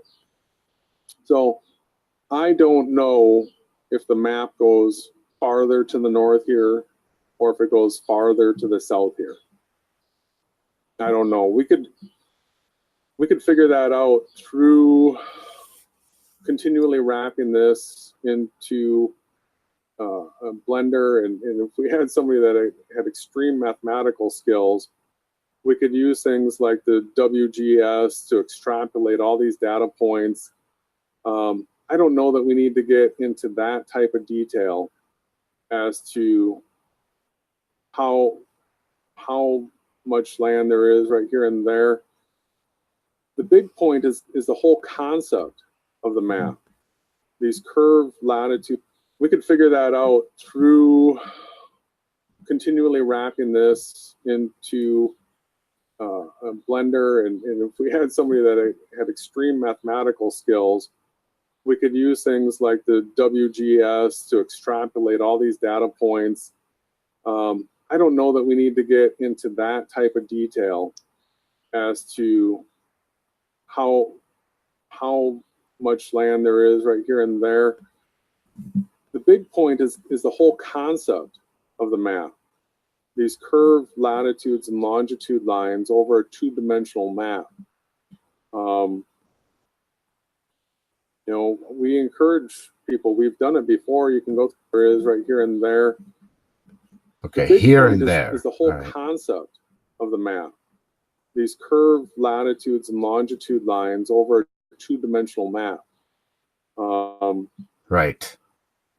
You know, we encourage people, we've done it before, you can go through the Hangouts, draw a straight line between, you know, New York and Cape Town, South Africa right here, and then take this map. So I'll just draw a straight line here. Right, because it's a projection. So the distances, you know, you've unwrapped it, and these, because it's unwrapped, all these areas are kind of stretched out now. And so if you pick a portion of this unwrapping that's still relatively intact, like this portion here, you see this portion here is all still circular. You see this over here, because they've unwrapped the inside of the concave Earth, because they took this and they unwrapped it into this. That means that now some of this is going to be all warped and distorted because you've ripped open a ball. And this is what you're seeing on the inside of this ball. So of course, when you take a portion of this ball that's still relatively intact, this still has all its sphericity to it, okay? Then yeah, when you plot that, that's gonna, then of course you're gonna get semi-accurate distances out of this portion of the map. Well, you're gonna run into huge problems when you try to go from this portion of the map to this portion of the map. I don't think Antarctica is really, you know, this part of Antarctica, is it really this far away from this part of Antarctica? I don't think so.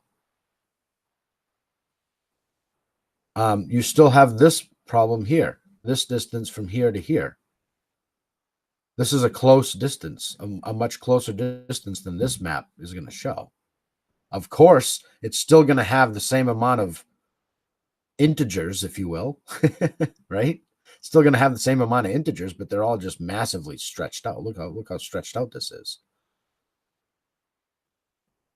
Not fun.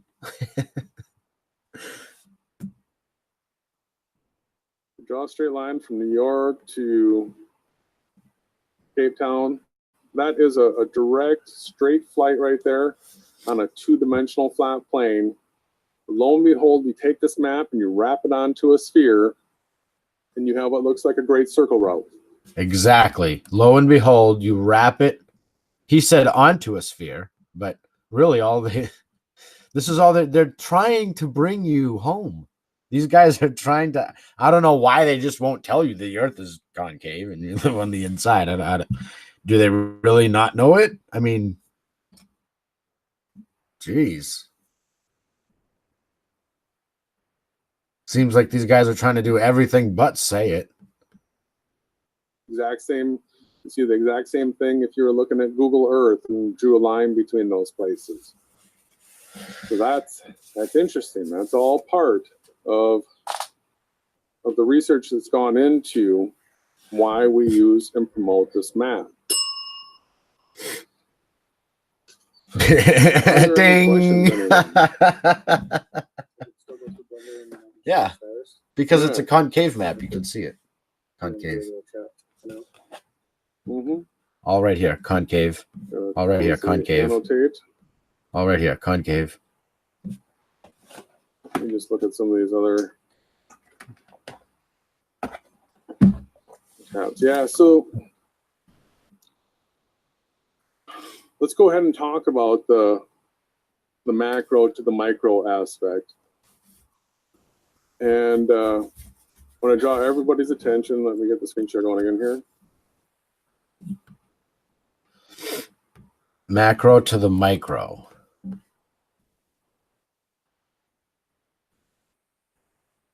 All right, you know what, guys? I just want to get rid of this thing. The whole reason why I had this is not because of these. It's because of this, okay? So I'm just going to go ahead and delete this photo. But I just, I found this on Facebook, and then I saw it deleted. So I just wanted to make note that there's another person allegedly with some tattoo, potentially. I don't know if that's even real. But anyways, back to the micro and macro. Oops.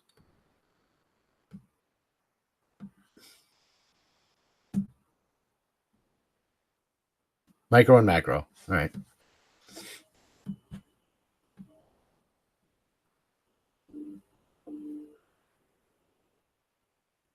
So what we have coming up here, it's fall equinox time again, everybody. This is what got me to break ranks with popular flat earth community 1 year ago. And we have 4 specific times each year that are moments to measure things and know things are dead on, dead accurate.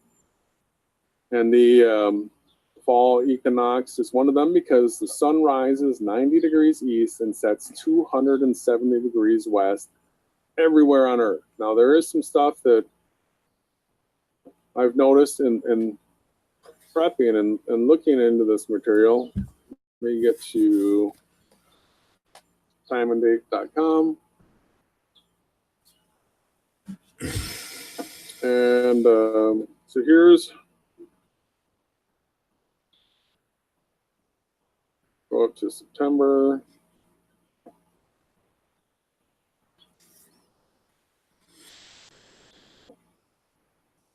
So we saw that it's September 22nd. Couple things that stand out for me. I'm looking at the rise and set angles here in Austin, and it's 23rd, it says 90-270. The other thing that I'm looking at here is that it's not 12 hours of daylight and 12 hours of nighttime until the 26th. That stands out as curious to me because they've always said that that happens on the equinox. You can see here that it doesn't, at least not this year. So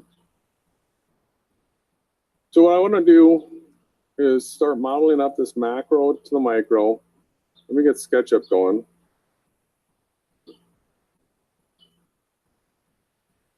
And I'm just going to walk everybody through how to do this so that Light is check this bending out. within the earth.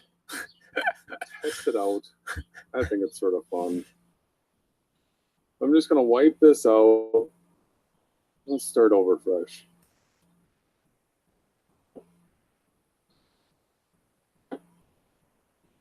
All right, so we're going to open up a new.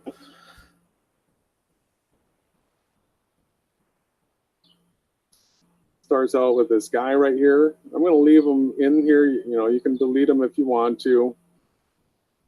But it's going to help us with our scaling just a little bit to have this guy is scaled up to a normal human height. I'm going to take a circle for a circle of sight.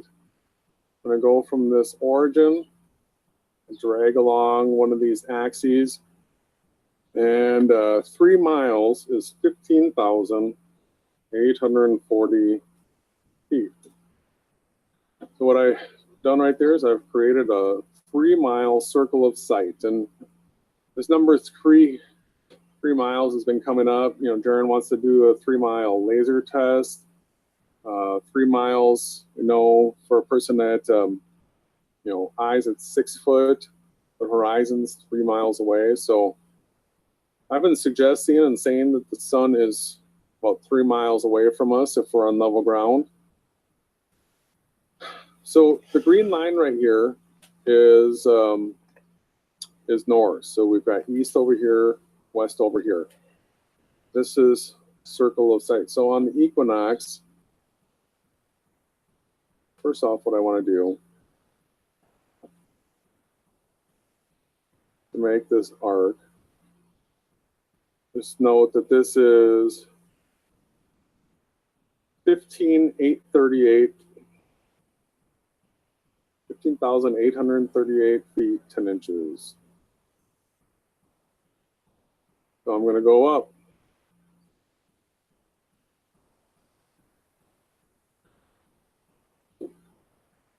$15,838 feet and 10 inches. Now I've got a line there. Now I'm going to put a 3-point arc here, going from east, go up to, there it is, come around here. There, we've got a nice sunrise, sunset arc. Anybody know where this location, where we would see this? The equator. This is 90 east, 270 west with a 90-degree overhead meridian crossing. So you know that the sun is over the observer at the equator. And then if you're north or south of it, you're going to have declination. So let's go back to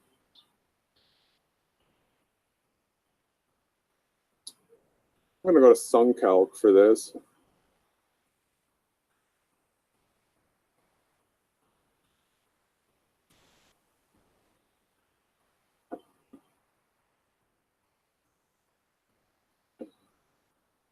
And to show y'all over here, I want that to move.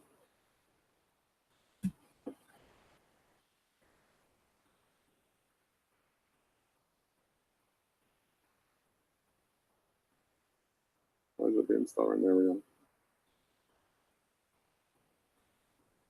So as I move this around, Austin is, just go a little bit further south, roughly 30 degrees north latitude. Now with this top slider, I can see that right, oh, I got to change the date here to September 22nd, they said that's the equinox. Now, as I rise this slider, right when the light turns on, right there it's telling us 89.73 degrees. All right, so that's 90 really. And then slide through here, and just as it sets, let's see, right there, 270 degrees. So it rose 90 degrees east, set 270 degrees west, but come back here and look at its noon meridian passing. So we'll look for, there we're at 180 degrees. We're looking at 60 degrees for its. All right, so what they're probably comparing this to is a rotating Earth providing sunlight on the outside of a sphere. I don't think that what they've done is compare this to a stationary concave Earth with the sun orbiting around inside of it.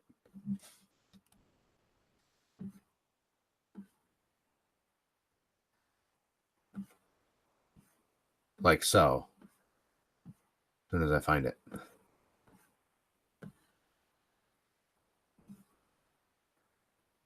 Okay.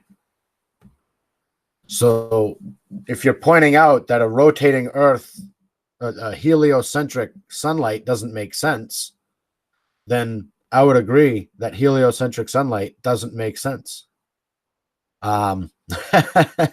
So I still have yet to see any proof of flat water from this video. But that's not what this video is about. It's a true map of Earth. Come debunk it. Okay, well, it's a flat. It's a true map of Earth. Come debunk it. Well, I'm not going to debunk the map because the map is just a projection of the inside of the concave Earth. So I'm not here to debunk your map. I'm just here to tell you that the Earth isn't flat and that the map is a globe map. They're just showing you two-dimensional representations, like Ronnie told you at the beginning of this video, way over here. Ronnie said two-dimensional, right? Representations. That's what they're showing you, is two-dimensional representations of the Earth. In no way does what they're doing here prove the flatness of water. Nor does it prove that the projection of the globe map, the two-dimensional flat projection, they haven't proven that that is what we live on, a flat two-dimensional representation. The Earth is still spherical. They're just showing you flat two-dimensional representations of that spherical Earth, not proving anything except the accuracy of the globe maps. That's all they're doing, is proving the accuracy of the globe map. So Altitude, it's azimuthal, not azimuthal, the other one. If we go back to the model here, I just want to say as well, if you minus 30 off of your meridian passing, it'll give you your latitude. yeah, So we've left you are on the 30th latitude, correct? yeah. So the 30 degrees north, 30 degrees south. The elevation is 6 degrees. It adds up to 90. So you were up by the 45th latitude, and at the equinox, your elevation, your sun angle was 45 degrees, right?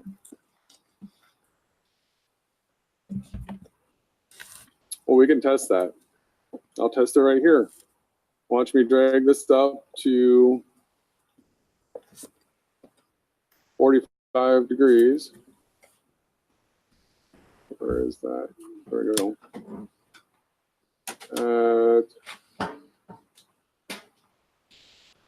45 degrees right there. So yeah, I was a little bit north of Toronto. But the There it is, 44.98. Okay. Now here's the big kicker. Let's go do this in the southern hemisphere, everybody. Come over here, get ourselves over South America, have some land to work with. I'm going down to 30 degrees south.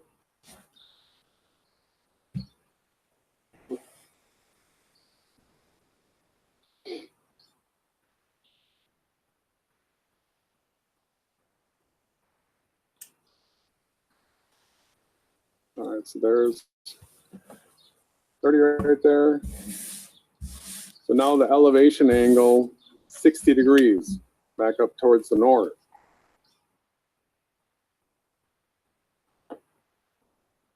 This should be creating short circuits in people's heads that believe in the popular AE model right now. And then we'll take it down to 45 degrees. Show you the north and south.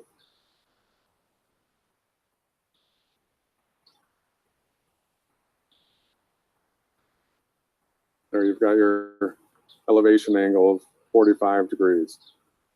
This mirrors both directions in the quote unquote northern hemisphere and southern hemisphere. We can take a brief look at how this does not work on the popular flat earth model. And then we'll go back to my Nothing works on the circle of popular sight flat earth model, Jason. and We know talk that. about the macro to the micro. So in SketchUp, we've got the Gleason's map here. Boo! Boo! Just lined up a little bit so that everybody's comfortable with the view. This is an accurate map too. It's just Are a ton of popular. it's just flat earth another camps. globe. It's just another equidistant. All right, folks, equidistant from the equator. So these areas get smaller as you go north, but as you go south, they get bigger. Okay, it's not supposed to be like that. This is a projection. In reality, Antarctica is a continent. This is just wrapped out. This is just laid out. This is just the unwrapping of a concave map. Or a convex one if you want, whatever. It's just an unwrapping of a globe map laid out this way. All they did was rip open the bottom of the ball and stretched it out, and it's whatever. But these areas slices of the pie should get smaller again, just like here, equidistant from the equator. So these distances should be equal over here, equidistant. They should have called this an azimuthal non-equidistant projection. They'll go, well, I don't agree with the Gleason's map. I don't know what map it is. How many times have we heard that? It doesn't matter what map you put underneath this. The inherent problem is in the circular model. Having the sun and moon doing circles like this is the inherent problem. Forget. I disagree. I believe the sun and moon do circuits. Just like here. And you don't need a flat earth. Circuits. By the way, folks, you can inscribe a circle on the inside of a sphere. Inscribing a circle doesn't mean it has to be flat. You guys out of your mind? Why can't you inscribe a circle on the inside of a sphere? Tell me. All right. Enough of that. Forget about the land masses underneath it. I just want to do something here. We're from this North Pole. We draw a line out to the equator. We're coming up to the equinox. I set the line right here, pretty much going through Austin to be right there. Now, if I bring out the protractor, Snap to that point right there. Snap off of that line right there. Coming around 90 degrees. This line is now perpendicular. Exactly. I'm going to go ahead and set another one at a higher latitude. Let's do the same thing with Toronto. Pull this out like this. Oh. Clear that off.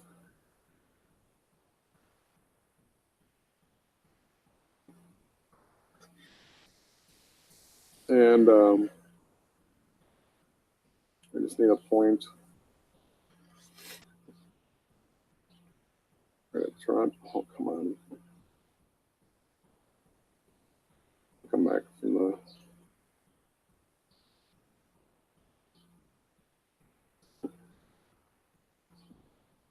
All right, a little bit of grief.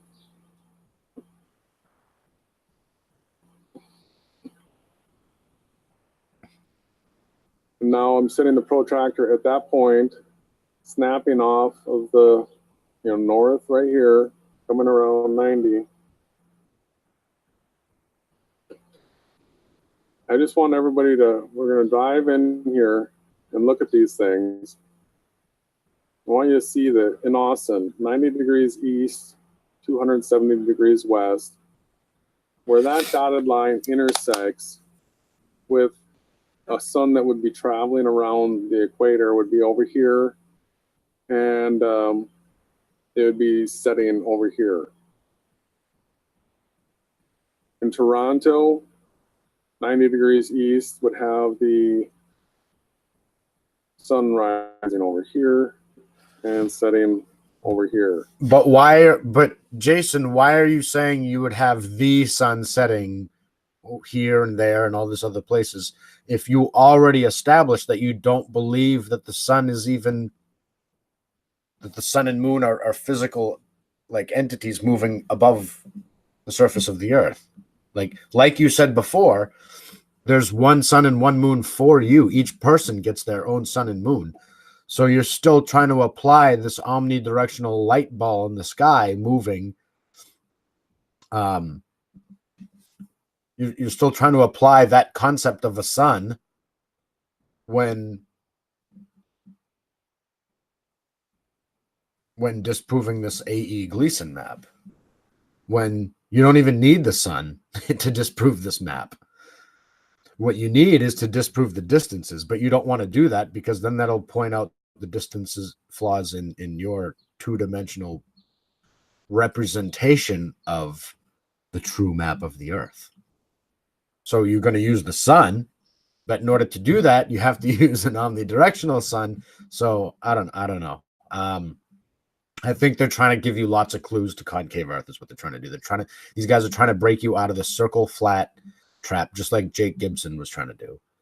But each person helping you out of this fake flat Earth trap, they're gonna do it in different ways if they're people that have to keep it flat. But once you break free from flat water altogether, flat water, the science, not the person, then you can understand the real Earth that you live inside of. Once you understand that water does not have to be flat, just because there's no downwards curve doesn't mean there's no upwards curve. You can still see far. Then you'll understand what they're talking about with the sun.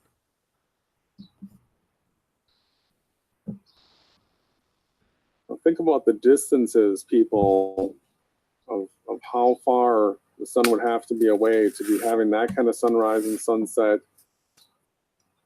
There's so many short circuits with this. It's unbelievable. This does not work. Let's talk about what we actually see. We're going to go back to this model. For a person in the north right here, the sun's rising in the east and setting in the west over here. We do know And we do observe when the sun rises, it's ascending, it goes through the cloud layers. We do film clouds behind the sun.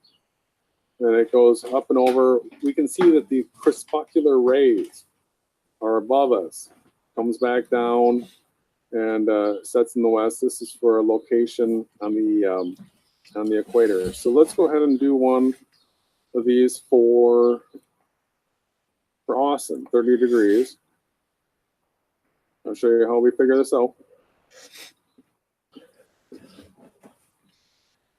At 60 degrees was our elevation angle. I'm going to show you on SketchUp that in order to rotate this now, I get my position the camera down here closer. Drive it in a little bit. Now I'm going to take the rotate tool on this point. Now I'm going to, since I'm clicking off of this, this is what I'm going to be wanting to rotate. I'm going to want to go 30 degrees. And that'll create an elevation angle from the ground of 60. So if we get back in position for the cameras behind us, north is behind us, here's our person. This is you and I on the equinox right here. When we turn and look to the left, our left, we'll see the sun rise 90 degrees east. It's going to come up at this angle. It's going to follow this path in the sky over us. At midday, it'll be due south of us, 60 degrees high in the sky. And then at sunset, we'll see it sliding down this angle here, right here. It slides down and it sets at 270 degrees west. Now this exact circle of view right here can be used in the south, the opposite direction on the equinox. Now, if we took this and set this angle to 45 degrees, we could use this up by Toronto at 45 degrees north. And then we could spin this around the other direction and use it 45 degrees south latitude on the same day. And the equator one just went straight overhead at 90 degrees. So this is what we see on the individual basis. Each one of us, wherever we are, this circle of sight is dependent on our elevation. If you've got something like a drone, the higher it goes up, the larger your circle of sight. Down at ground level for most of us, our circle of sight is limited to around 3 miles, usually less because you usually have lots of things out at the horizon like trees and houses and stuff like that that make our circle of sight even shorter, unless if we're on some hills, we've got some vantage point. Each one of us, our circle of sight renders the angles of the sunrise, the sunset, based on our latitude and longitude. And that's where we go back to these maps. I'll show it from Photoshop.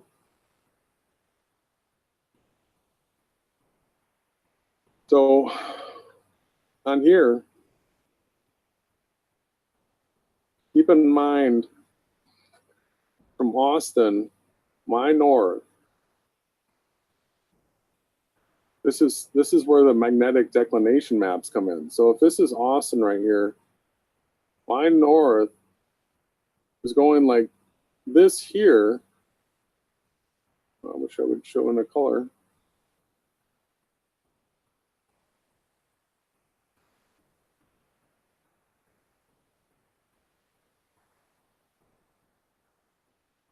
like there.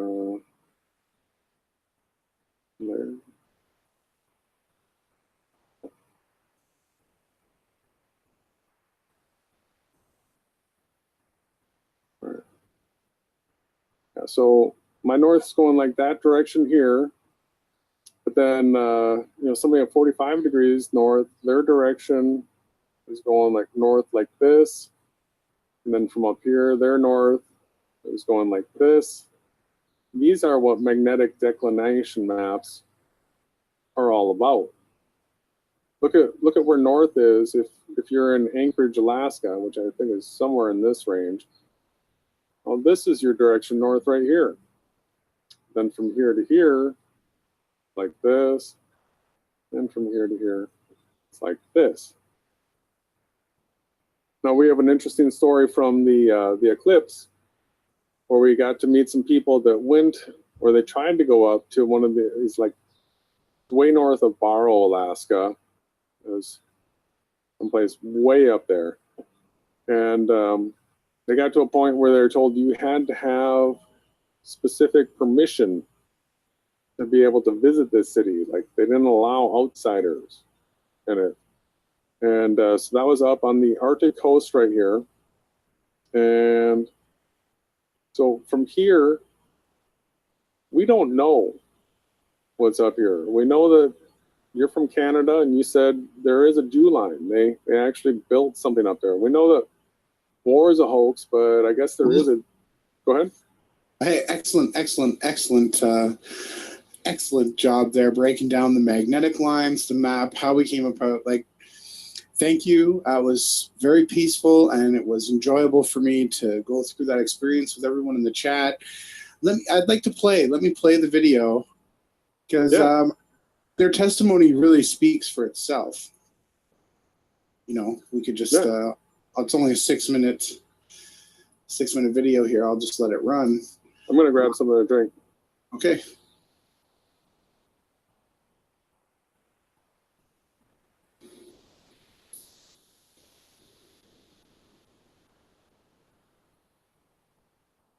Just got to make sure I had the sound turned on here in my screen share, and I didn't.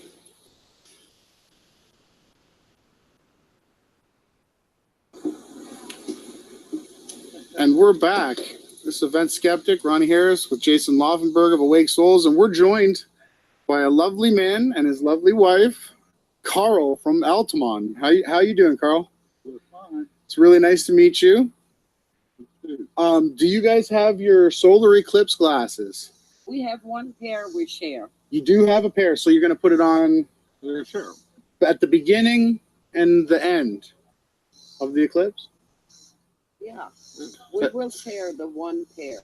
I've got an extra pair for you. Yeah, I got a few extra pairs too. Okay. We're going to be looking at most of it with our eyes. We don't believe God would create something that would blind us. Really? That's what we believe. We're going to. I don't think it will blind you either unless you stare at it the whole time. Right. You know, hell, I look at the sun every day. So do we. So do we. It's gonna kill you. So you guys traveled from Altamont down here? Yeah. To Alto Pass. Alto Pass. Yes. So Jason, when we got called over here to socialize very, very nicely from this wonderful lady, and we got talking about Alaska. Jason, Arctic Circle. why don't you set this up a little bit here? Well, they've traveled all over the country, and they mentioned how they've been to Alaska and traveled into the Arctic Circle. And one of the things that we've been talking about is this no 24-hour sun above the horizon, where you can see it circling all the way around you. And Carl, you've been there. Yes. Does the sun stay up? No, it got dark on us every day that we were there. At the Arctic Circle. That's the Arctic Circle. So Carl and his lovely lady, you're saying that the sun set in the summer in the Arctic Circle? Yes. Yeah. Yes. We stayed overnight at the Arctic Circle. And this was during the time period that the sun would have been up Yes. 24 hours. Yes, it was in August. Yep. Yeah, what time did it get? dark. It was like 12. I picked low bush cranberries like at 12:30 at night. I'm gonna say 1:32, somewhere in there. Is when the sun sets. Yes, but it got dark and Yep. the sun rose again the next morning. And that's wonderful That's the testimony. gospel. Yep. Because we were there. I mean, we saw it with our own eyes, you know. Yep. and Yeah, go ahead. I always thought, when they that if it got dark, you only had 4 hours of sunlight, it would be, or darkness, it would be like from 10 to 2. Right. But it's not, it's later than that, but it don't get light very early in the morning. It'd be 7 o'clock before it would get light again. It was just like that 2 to 7 that it was dark. Yes. Yeah, about 5 hours. Yeah, but it was dark. Definitely dark. Because you'd think it was going about the time to get light. While you're in the camper, watching, there'd be a real faint light on the horizon that it'd take forever for it to get daylight again. And then the other thing that you guys mentioned that I thought was interesting was that city that, Prudhoe Bay. yeah. Can you say, what was it again? Prudhoe Bay. Prudhoe Bay. That you were told that you are, Cannot go into town. you cannot go into town. Right. Gotta have, You have to book a tour. They will stop you. I'm not exactly sure, but I thought the couple we talked to said it was 12 miles outside of Prudhoe Bay. And you either turn around or you book a tour and they will take you around. Because this couple we talked to there at the Arctic Circle had done that. yeah. That's interesting. So Yes. they told you had to pay them. Yes, you have to book a tour if you want to go into town and see whatever there is to see. And they will also take you out on the water. And a boat ride, ferry. Yes, yes. Yeah, but you cannot drive into that town. They stop you. And you said it was security? Yeah, it's something to do with Homeland Security, some sort of, but you're not allowed in the town. Interesting. In the Arctic Circle. So everybody, this testimony, shout out to everybody. We got a huge shout out to Jason. Some good testimony, right? I think your audio's out.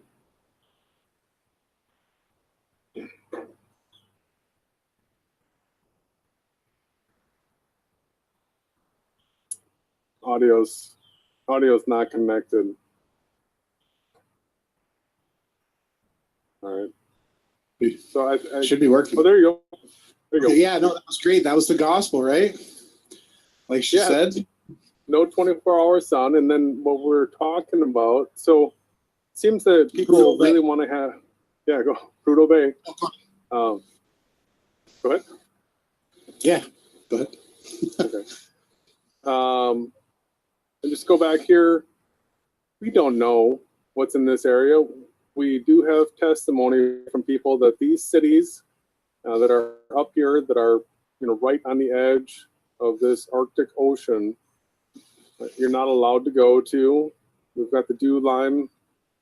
My guess is that Russia, this area over here, is probably just like Canada and Alaska is.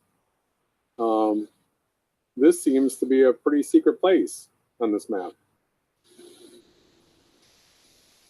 You notice that? Mm-hmm. Totally. It's there's definitely something to it. Yeah. So if there's a Mount Meru, or if the Garden of Eden, or Garden of Eden, I lived in the north here, above the Great Lakes, at the bottom left or middle left, and I could see a swirling light emanating from the north. So my belief is that the northern lights is probably really intense. And you can't fly over this area of the earth. There's no flights that go over there.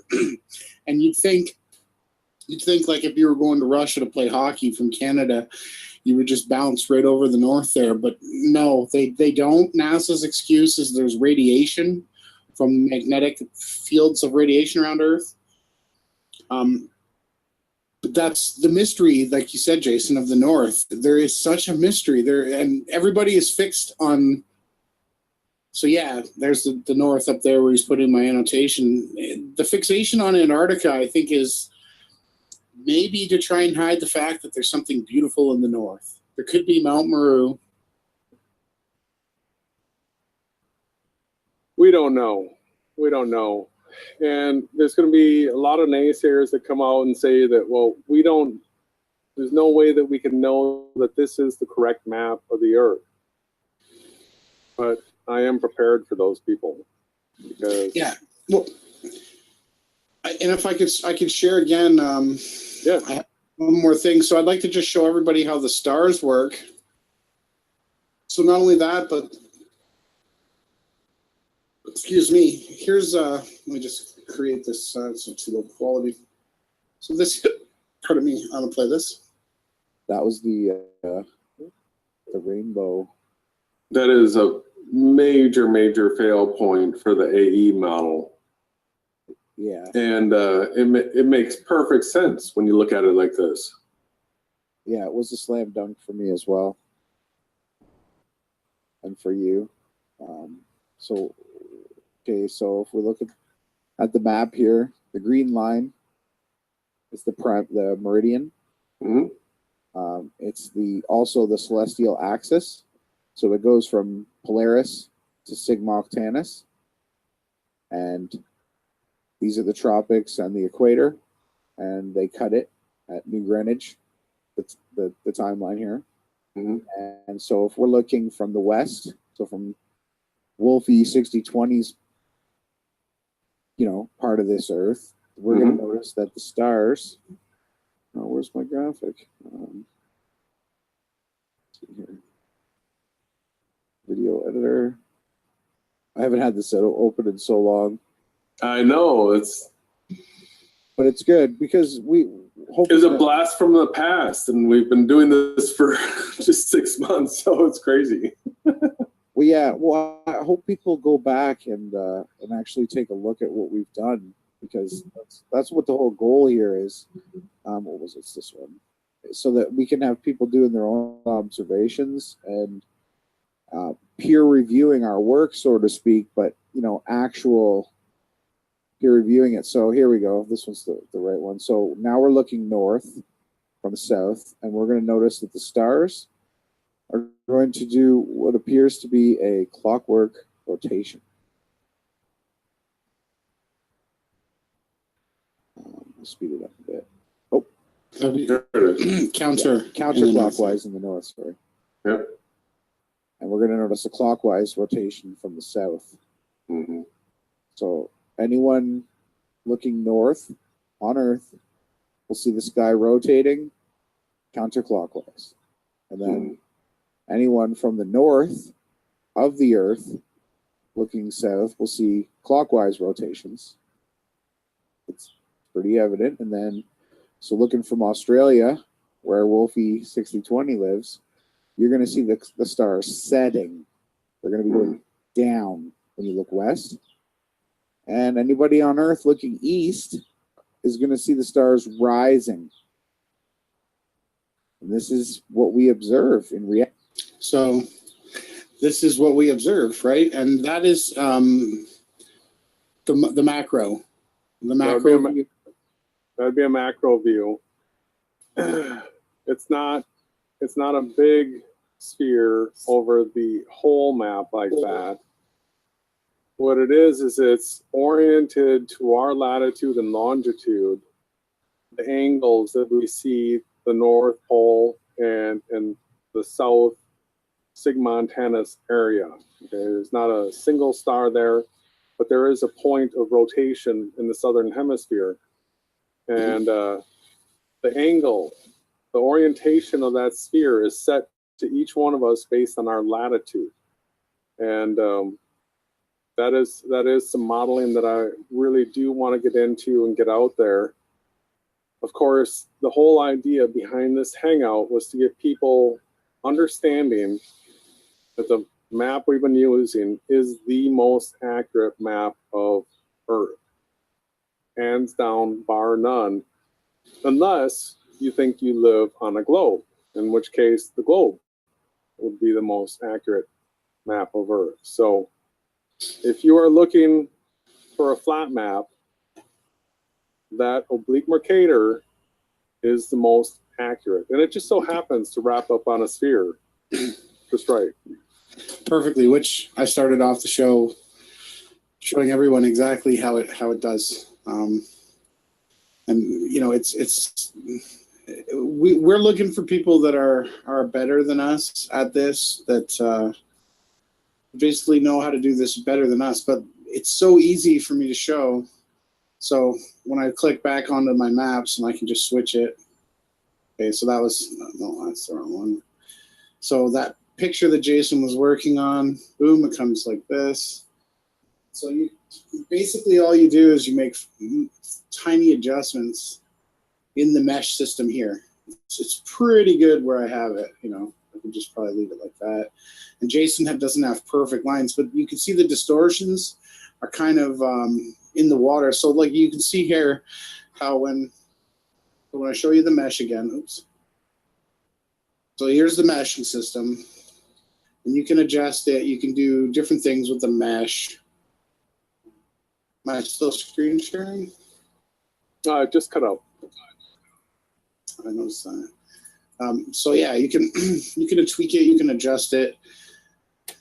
And so what Jason was doing was he basically had the view set wrong, and he got lucky when he projected. So you can clip it to aspect bounds, you can scale it to bounds, you can change a bunch of things. I'm just a carpenter, right? But so someone out there, if you're a Blender expert and you want to help us out, we can use more skill, more understanding. But like if you just play with it a bit, you can get pretty close. And then basically you go to object mode to view, and then just turn this here off back to default setting. Oh, animation. We get into all that stuff at another time.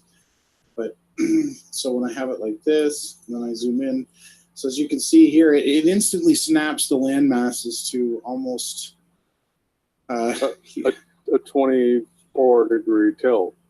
Yeah, so it pretty much snaps it on. So using this map, there's no need for magnetic and true north. They're just as north, the magnetic lines.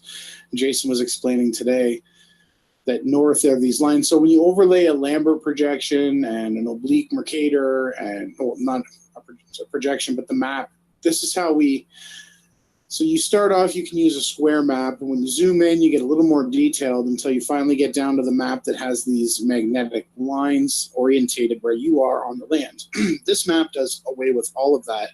You can see it shows what I would say it's like a rubber ducky or an elephant. Antarctica, you know, this shape is what the globe earthers have been raised to believe. You know, eastern and western Antarctica forms this, and if I go to my UV unwrap again, I can show you guys.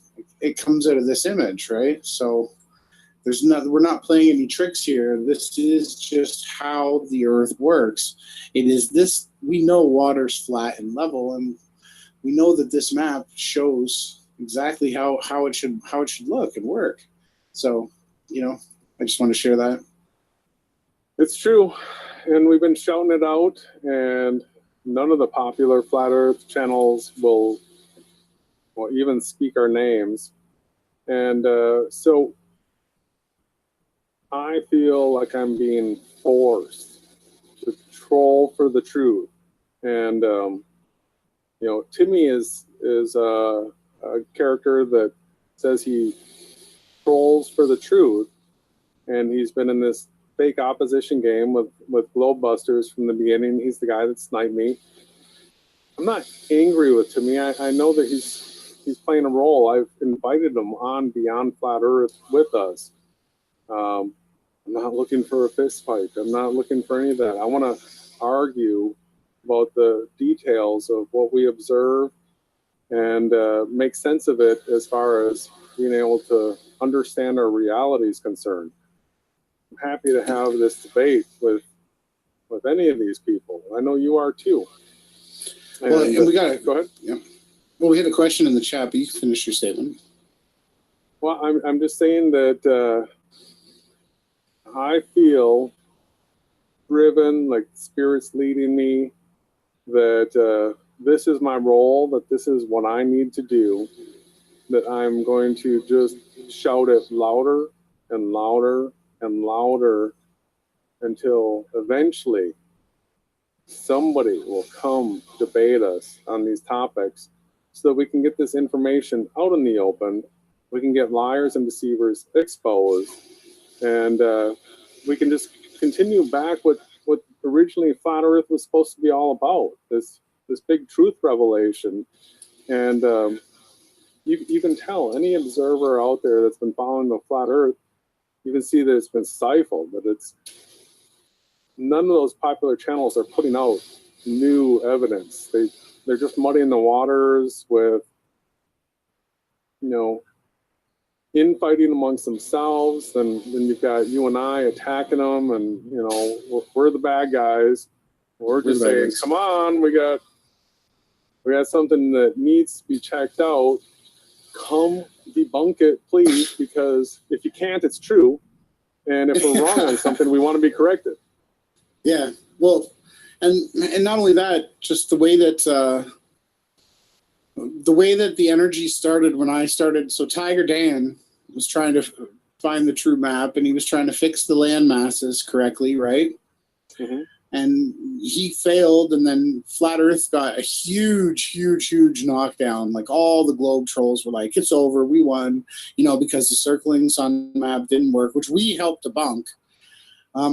We kept pushing on. We kept on fighting. I seen there was tens of thousands of people cheering on Tiger Dan for his work, for his map results, and me and you motored on. We did 100,000 times more clicks to find the truth and share it with people, and we're thankful. We got Helen, we got Rebel Without a Cause, we got Flat Earth Photography, QNV, we got ROTR, we got tons of people here in the chat, but we're still missing, you know, where's everyone else? How come no one's sharing this? So, Jason, you came up with a brilliant idea. We could stretch a water level out down here on this bay here, you know, not too far from Galveston, make Houston great again, make Lower Texas great again. We could prove the earth is flat. I have had not a one person comment. We're going to put 3 mile worth of hose together, have a clear end, have lines marked, fill the hose up with water periodically throughout the test, and we're going to show. Jason's going to call me. He's going to, "It's your end level, Ronnie. What is it at?" I'm going to say it's 6 ticks above the water, and he's going to hold his above the water, and he's 6 ticks above the water. We're going to prove the earth is flat. We needed 105 people. Have you heard anything from anybody on that topic, sir? I have heard from 3 people, and I'm sure you can guess who they are. I know.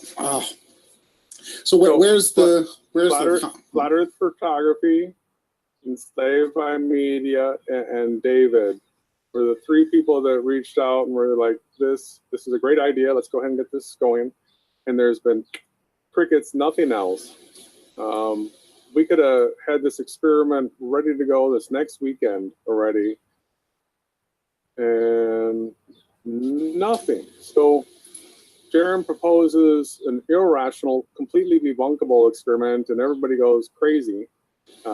We show how his experiment is ludicrous and designed to fail from the start, and we have one that is really unfailable, right? As long as we don't have a hole in one of the hoses that we need. But really, water levels always show level as long as you go. And so we can show over 3 miles of water's level. That's what people want to see. We can show that, and it's a great marketing tool to show people as well that you have globe Earth believers around you that, hey, look at the world's longest water level has proven the water is low. Totally. We can prove flat Earth and get in the Guinness Book of World Records for having the longest water level. It's genius, really. we get simple You get nothing. The mind exercise is really enough alone. Once you start thinking through the experiment, it becomes obvious that the water that you're measuring is level. But to go through the steps and actually hook up the hoses and film and record it and turn it into a video that can be, distributed for people to watch. I see the benefit in that too, having something tangible to work with. But yeah, as you start studying the experiment, you start realizing how ridiculous it is to think that we're on a ball. Even though we can map it up. So there was a question again about the stars. Did they think we thought the stars were in our reality? I believe the stars are in the second heaven. The sun and the moon might be the lowest. So the moon would be the lowest. Enoch has a really good breakdown of that. We are going to be getting into some modeling of that too. But right now, today's episode, this broadcast was dedicated to, so this right here is the celestial sky chart. This is the ecliptic path. It also lines up with the map we were producing. This is how you can chart out where each star is throughout its course. And it as well, again, it projects onto a sphere beautifully. And again, this is a two-dimensional representation of the sky. Well, so this just wraps around our Earth. For anybody that's followed Globusters, you've probably heard Bob say that he was going to start showing maps again. This was a little while ago.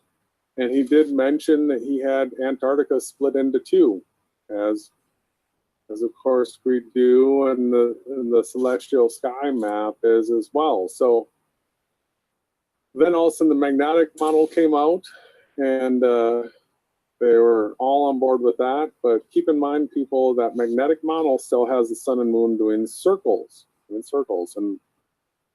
not possible. We can show you from the elevation, the azimuth and elevation data of the sunrise and sunset in the southern hemisphere, that the sun is not doing circles. And all we have to do is look from the fall equinox to the spring equinox, and it's clear that it's not doing circles. So that model has been debunked. Really, the moment it came out, it was, and even before that, the people that are creating that video are the same ones promoting CGI of the 24-hour sun. Same people, yeah. And we've already shown that it's complete, absolute garbage, what they're trying to do. I don't know why this isn't working, but basically the sphere inside of the sphere is going to be, the model is going to be something like this, but I'm going to put our map on here just to show how the stars and everything does work. But we do live on a flat plane. But the way the sky is rendered to us, here's the big hang up for a lot of people. Buckle your seatbelt. A lot of people aren't going to like hearing this. We live on a flat plane, but the way the Creator designed this world, the way the sky is rendered to us, represents us being on a ball. Okay? That is the way it would look. So the globe model is just projected all these numbers out to the positions where the sun would need to be at, where the moon would need to be at, in order to make that all work. Still, when doing that, the globe model fails over and over and over again. It's close. It's better than the popular flat Earth model.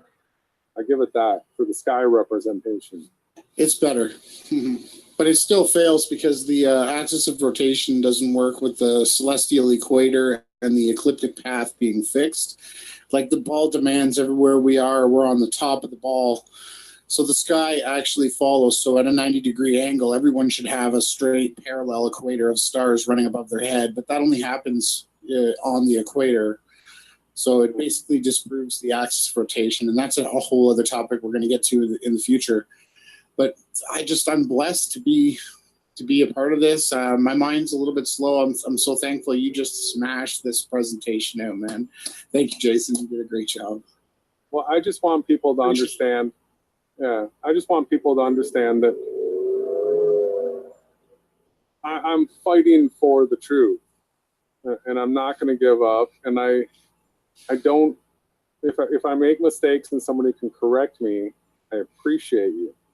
That is not, you know, I'm not going to be upset with you. I appreciate you for looking into it, to doing the research, to doing the studies that are necessary to find the flaws in what we might be promoting. So I welcome it. I hope there's a lot of it. I hope we start talking about this map in the flat Earth community, and you know, put it to bed, put it to rest if it doesn't work. But if it is the correct map, which we're told it is the most accurate map of Earth, let's go with it. Let's run with it. Let's share this truth with everyone. Totally. I'm going to play out a video here. I'll get it queued up. Is there any last comments? What's going on moving forward? What can we do, Jay? Is there anything you got on your mind? I'm planning 8 o'clock Wednesday night this week. We've been real busy with secular work, but today's hangout, Wednesday's hangout, I feel real strong about doing as much as we can.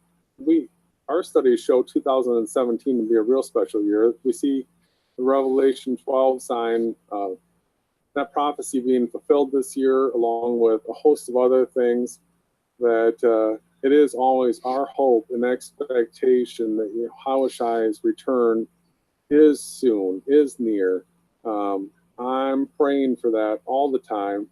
Hopefully it's not too much longer. So we've got before the 23rd, Wednesday would be our last Beyond Flat Earth. I'm not expecting to be raptured on the 23rd, but I am looking to see what will be fulfilled. We know we have the Day of Atonement coming up. We have the Feast of Tabernacles, and this has not been my area of specialty whatsoever. In fact, learning about the Revelation 12 sign, you and I did it together, just a little while ago this year. And there's people that have been on this topic. I have been going to Steve Fletcher 222 for his information regarding the Revelation 12 sign, because I do feel that within the Revelation 12 community, that just like within the popular flat Earth, that there are COINTEL channels, insiders that are in there, muddy up the water, and to spread more lies and deception. Steve Fletcher 222, from watching his videos, his material seems very accurate, and I love his heart condition. Yeah, hey, I love your heart condition as well, brother. And Q, get in touch with us. Get on Zoom. You got stuff you want to share, Q? I want to push it. I want to help promote it. Thank you, everyone, for being here in the chat. It's a blessing, Jay. You're the best, man. The host with the most. I'm the co-host with the most. And that's it. I'll play us out. I'm going to mute. And thanks, Jason. Thank you, everyone. Thank you, everyone.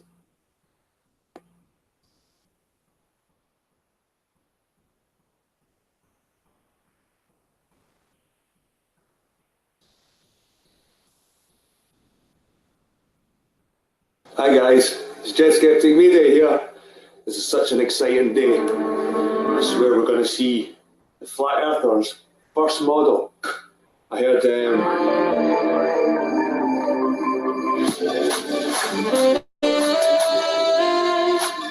Flat Earth British talking about it when I hang out with Doomweaver, and this is going to be history in the making. I can't wait. This is so exciting. Globebusters have their first map. Working map.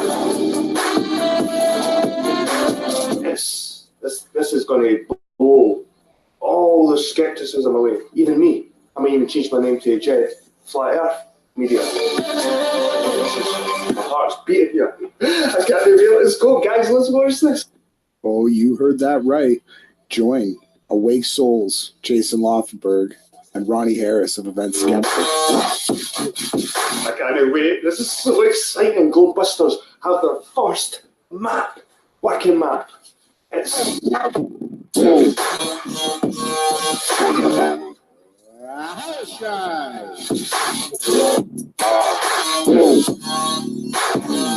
Okay.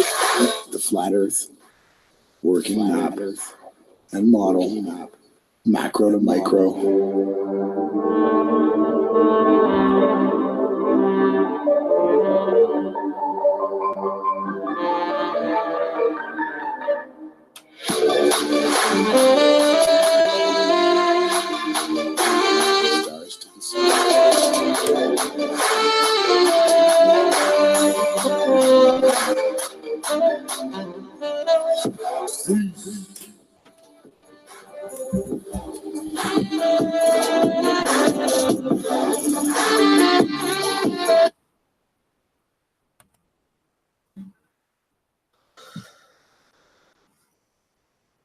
Alrighty. So,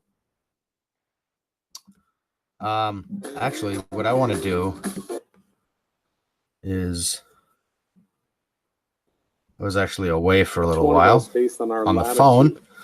So I want to finish watching this. So I'm going to watch the end portion of this. That oblique Mercator is the most accurate. And it just so happens to wrap up on a sphere. Just right.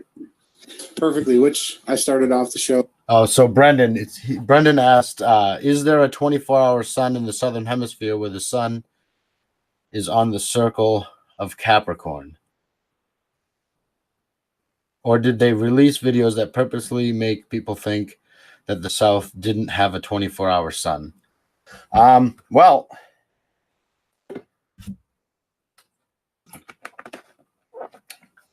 while it's common knowledge that there is 24-hour sun and 24-hour darkness and so on and so forth, I've never been to the South Pole to confirm, or I've never even been to the Tropic of Capricorn, rather, to confirm what is seen there or what isn't. And I certainly haven't been there for an entire year, so I would know exactly what happens at the Tropic of Capricorn for an entire year.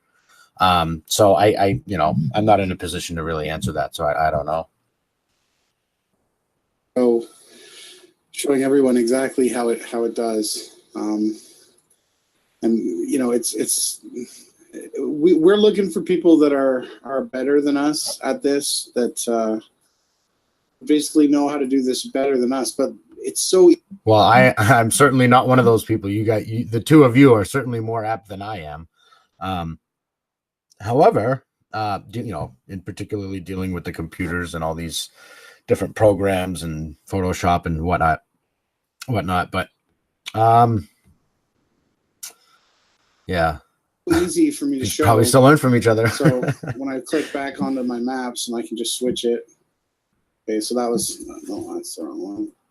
So that picture that Jason was working on, boom, it comes like this. So you basically all you do is you make tiny adjustments in the mesh system here. It's pretty good where I have it. I could just probably leave it like that. And Jason doesn't have perfect lines, but you can see the distortions are kind of in the water. So like you can see here how when I show you the mesh again, oops. So here's the meshing system. And you can adjust it. You can do different things with the mesh. Am I still screen sharing? Just cut out. I noticed that. So yeah, you can tweak it. You can adjust it. And so what Jason was doing was he basically had the view set wrong, and he got lucky when he projected. So you can clip it to aspect bounds. You can scale it to bounds. You can change a bunch of things. I'm just a carpenter, right? But so someone out there, if you're a Blender expert and you want to help us out, we could use more skill, more understanding. But like if you just play with it a bit, you can get pretty close. And then basically you go to object mode to view, and then just turn this here off back to default setting. Animation. We get into all that stuff at another time. But so when I have it like this, and then I zoom in, so as you can see here, it instantly snaps the land masses to almost a 24-degree tilt. Yeah, so it pretty much snaps it on. So there's Using this map, there's no need for magnetic and true north. They're just as north. The magnetic lines. Jason was explaining today that north are these lines. So when you overlay a Lambert projection and an oblique Mercator and not a projection, but the map, this is how we. So you start off, you can use a square map, and when you zoom in, you get a little more detailed until you finally get down to the map that has these magnetic lines orientated where you are on the land. This map does away with all of that. You can see it shows what I would say it's like a rubber ducky or an elephant. Antarctica, you know, this shape is what the globe earthers have been raised to believe. You know, eastern and western Antarctica forms this, and if I go to my UV unwrap again, I can show you guys. It comes out of this image, right? So we're not playing any tricks here. This is just how the Earth works. It is this. We know water's flat and level, and we know that Okay, so we get down to the map that has these. So he's going to point to the globe when he said, oriented "This is how where the you Earth are works." on the land. This map does away with all of that. You can see it shows what I would say it's like a rubber ducky or an elephant. Antarctica, you know, this shape is what the globe earthers have been raised to believe. You know, eastern and western Antarctica forms this, and if I go to my UV unwrap again, I can show you guys. It comes out of this image, right? So we're not playing any tricks here. This is just how the Earth works. Right here. We know exactly. And then he says, "We know water's flat." Well, water's not flat; it's curving up. So you're on the inside. This is how the Earth works. So he's right, but I mean, he's just trying to represent the Earth in a two-dimensional representation, like he said at the beginning, way back over here. Because quote unquote, we know water's flat. But that's the thing. That's the trap right there. You're supposed to think for yourself. If you're going to believe water's flat, then you're not going to understand the true shape of the Earth. And that's your own fault. But I'm just here to let you know, hey, consider water's curving upward and you live on the inside of this thing. Water's flat and level. And we know that this map shows exactly how it should look and work. So, you know. Right. It shows how it should look and should work if water's flat, but it's not.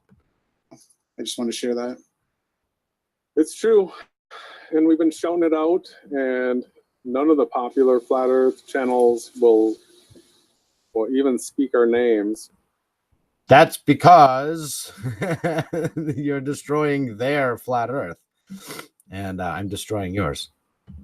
And so I feel like I'm being forced to troll for the truth. And you know, Timmy is a character that says he trolls for the truth, and he's been in this fake opposition game with Globebusters from the beginning. He's the guy that sniped me. I'm not angry with Timmy. I know that he's playing a role. I've invited him on Beyond Flat Earth with us. I'm not looking for a fist fight. I'm not looking for any of that. I want to argue about the details of what we observe and make sense of it as far as being able to understand our reality is concerned. I'm happy to have this debate with any of these people. I know you are too. And, well, and we got to go ahead. Yeah. Well, we had a question in the chat, but you can finish your statement.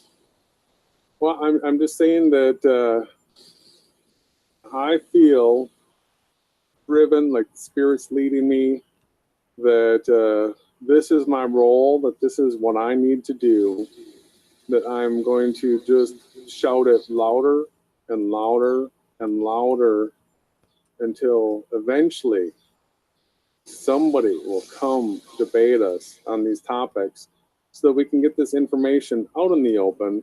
We can get liars and deceivers exposed, and we can just continue back with what originally Flat Earth was supposed to be all about, this big truth revelation. And you can tell any observer out there that's been following the Flat Earth, you can see that it's been stifled, but none of those popular channels are putting out new evidence. They're just muddying the waters with, you know, infighting amongst themselves, then you've got you and I attacking them, and you know we're the bad guys. We're just saying, come on, we got something that needs to be checked out.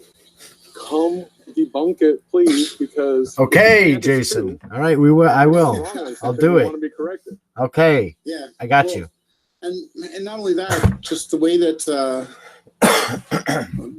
the energy started when I started. So Tiger Dan was trying to find the true map, and he was trying to fix the land masses correctly, right? And he failed, and then Flat Earth got a huge knockdown. Like all the globe trolls were like, "It's over, we won," you know, because the circling sun map didn't work, which we helped debunk. We kept pushing on. We kept on fighting. I seen there was tens of thousands of people cheering on Tiger Dan for his work, for his map results, and me and you motored on. We did 100,000 times more clicks to find the truth and share it with people, and we're thankful. We got Helen, we got Rebel Without a Cause, we got Flat Earth Photography, QNV, we got ROTR, we got tons of people here in the chat, but we're still missing, you know, where's everyone else? How come no one's sharing this? So, Jason, you came up with a brilliant idea. We could stretch a water level out down here on this bay here, you know, not too far from Galveston, make Houston great again, make Lower Texas great again. We could prove the earth is flat. I have had not a one person comment. We're going to put 3 mile worth of hose together, have a clear end, have lines marked, fill the hose up with water periodically throughout the test, and we're going to show. Jason's going to call me. Is your end level, Ronnie? What is it at? I'm going to say it's 6 ticks above the water, and he's going to hold his above the water, and he's 6 ticks above the water. We're going to prove the earth is flat. We needed 105 people. Have you heard anything from anybody on that topic, sir? I have heard from 3 people, and I'm sure you can guess who they are. I don't. So where's Flat Earth Photography, Enslaved by Media, and David were the 3 people that reached out and were like, this is a great idea. Let's go ahead and get this going. And there's been crickets, nothing else.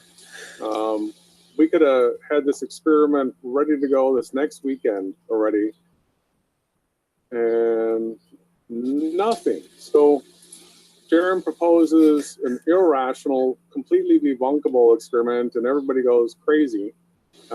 We show how his experiment is ludicrous and designed to fail from the start, and we have one that is really unfailable, right? As long as we don't have a hole in one of the hoses that we need. But really, water levels always show level as long as you go. And so we can show over 3 miles of water's level. That's what people want to see. We can show that. And it's a great marketing tool to show people as well that you have globe Earth believers around you that, hey, look at the world's longest water level has proven the water is low. Totally. We can prove flat Earth and get in the Guinness Book of World Records for having the longest water level. It's genius, really. we get nothing. The mind exercise is really enough alone. Once you start thinking through the experiment, it becomes obvious that the water that you're measuring is level. But to go through the steps and actually hook up the hoses and film and record it and turn it into a video that can be distributed for people to watch. I see the benefit in that too, having something tangible to work with. But yeah, as you start studying the experiment, you start realizing how ridiculous it is to think that we're on a ball. Even though we can map it up. So there was a question again about the stars. Do they think we thought the stars were in our reality? I believe the stars are in the second heaven. The sun and the moon might be the lowest. So the moon would be the lowest. Enoch has a really good breakdown of that. We are going to be getting into some modeling of that too. But right now, today's episode, this broadcast was dedicated to, so this right here is the celestial sky chart. This is the ecliptic path. It also lines up with the map we've been producing. This is how you can chart out where each star is throughout its course. And it as well, again, it projects onto a sphere beautifully. And again, this is a two-dimensional representation of the sky. Well, So this just wraps around our Earth. For anybody that's followed GlobeBusters, you've probably heard Bob say that he was going to start showing maps again. This was a little while ago, and he did mention that he had Antarctica split into two, as of course we do, and the celestial sky map is as well. So then all of a sudden the magnetic model came out, and they were all on board with that. But keep in mind, people, that magnetic model still has the sun and moon doing circles, and it's not possible. We can show you from the elevation, the azimuth and elevation data of the sunrise and sunset in the southern hemisphere that the sun is not doing circles. Yeah, but you're using data, not footage. I mean, footage shows the sun is doing circles. Right? I mean,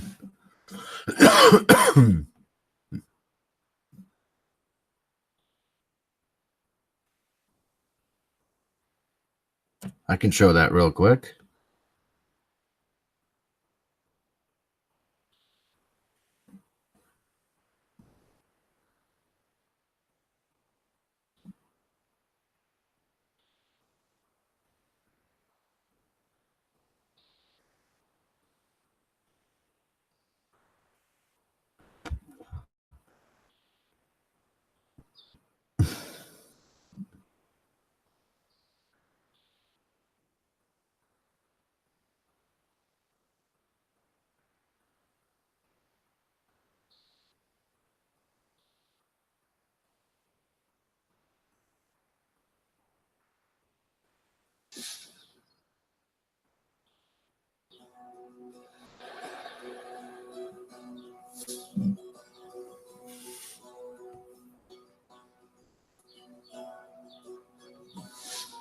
Good question.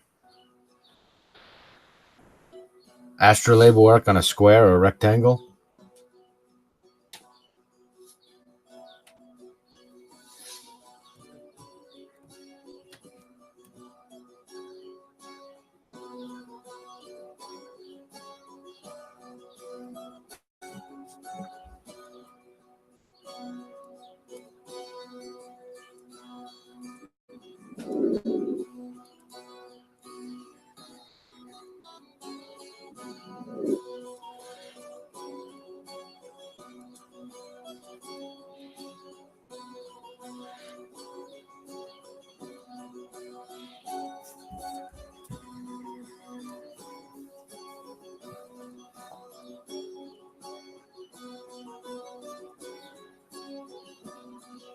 So this can't be explained in a physical reality on a flat square or flat whatever.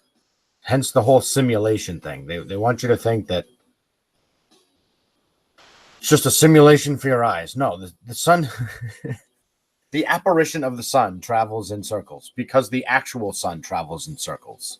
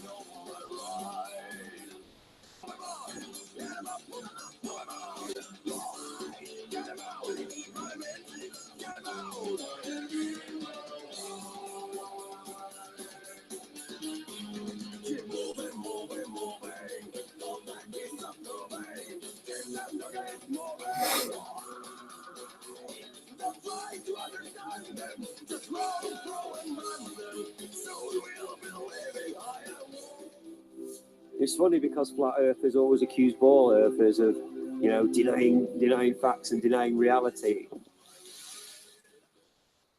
Come on. I mean, the earth is flat and stationary, but it doesn't, it's not a circle. It doesn't work, and the two don't need to be the same. The two don't need to be welded together forever. Unfortunately, it's what makes earthers look like it. I mean, the earth is flat and stationary, but it doesn't, it's not a circle. It doesn't work, and the two don't need to be the same. The two don't need to be welded together forever. Unfortunately, it's what makes fun. So I don't know how, if you're saying the sun doesn't travel in a circular path, then unfortunately it's what makes earthers look like it. I mean, the earth is flat and stationary, but it doesn't, it's not a circle. It doesn't work, and the two don't need to be the same. The two don't need to be welded together forever. Unfortunately, it's what makes fun. Earthers look like it.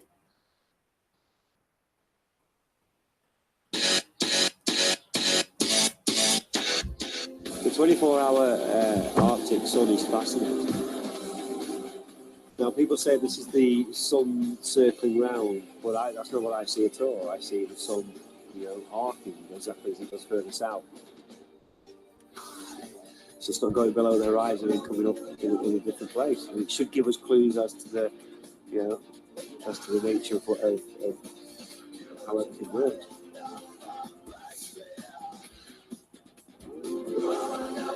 The fact that the sun is far bigger than how you said it from it is on the horizon shows that it's passing by. It's far bigger than how you said it from it is on the horizon shows that it's passing by. The sun is far bigger than how you said it from it is on the horizon shows that it's passing by.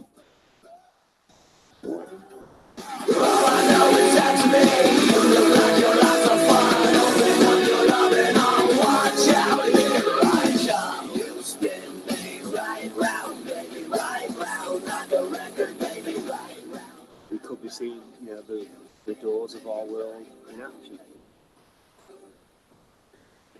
There's certainly some keys and clues here in this motion.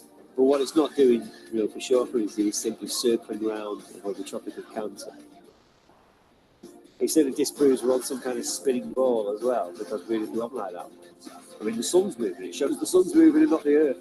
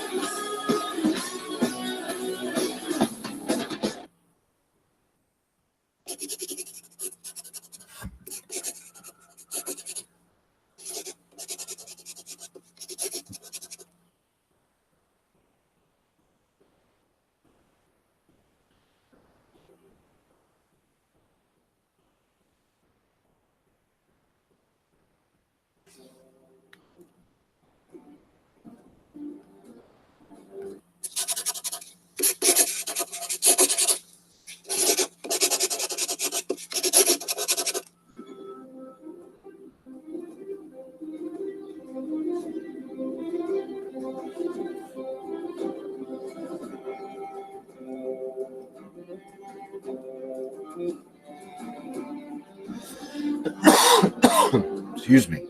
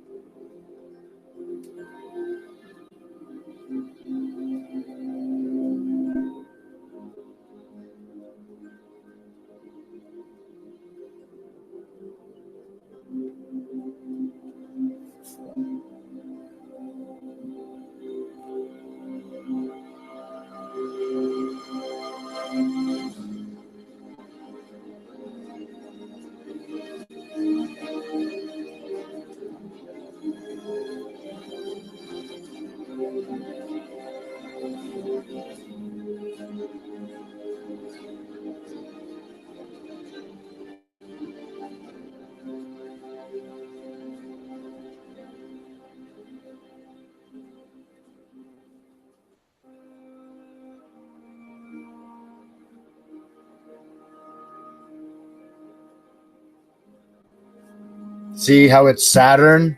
Do you see Saturn there? The black sun, Saturn? The celestial sphere? You know, that's all the black sun is Saturn, the celestial sphere, the vault of heaven, the ball of stars, right? The nucleus, the yolk, the peach pit, whatever you want to call it.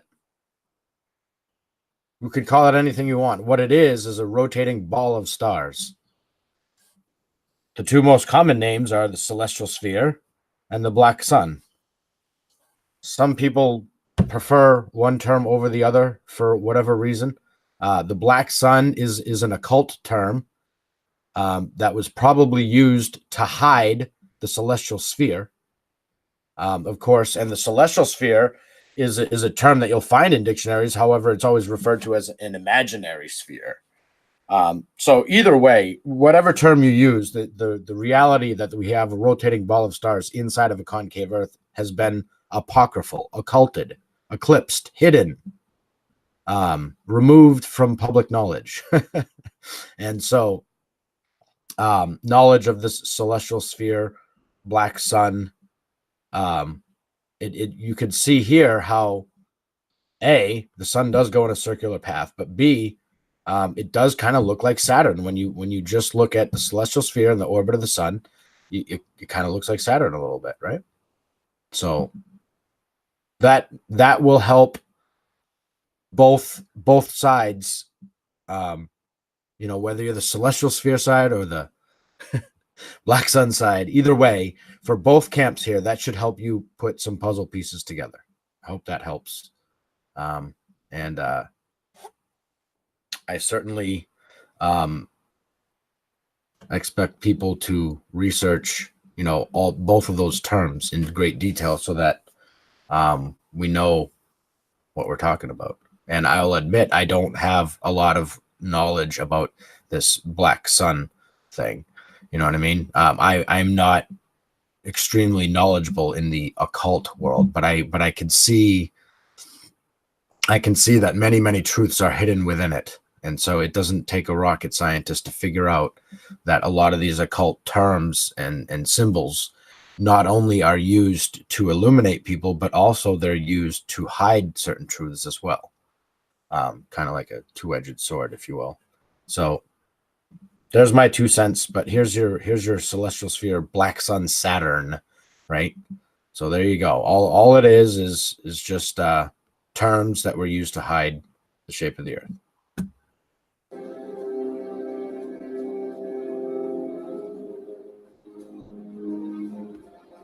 They call it the black sun because the actual light source from the sun is actually inside here.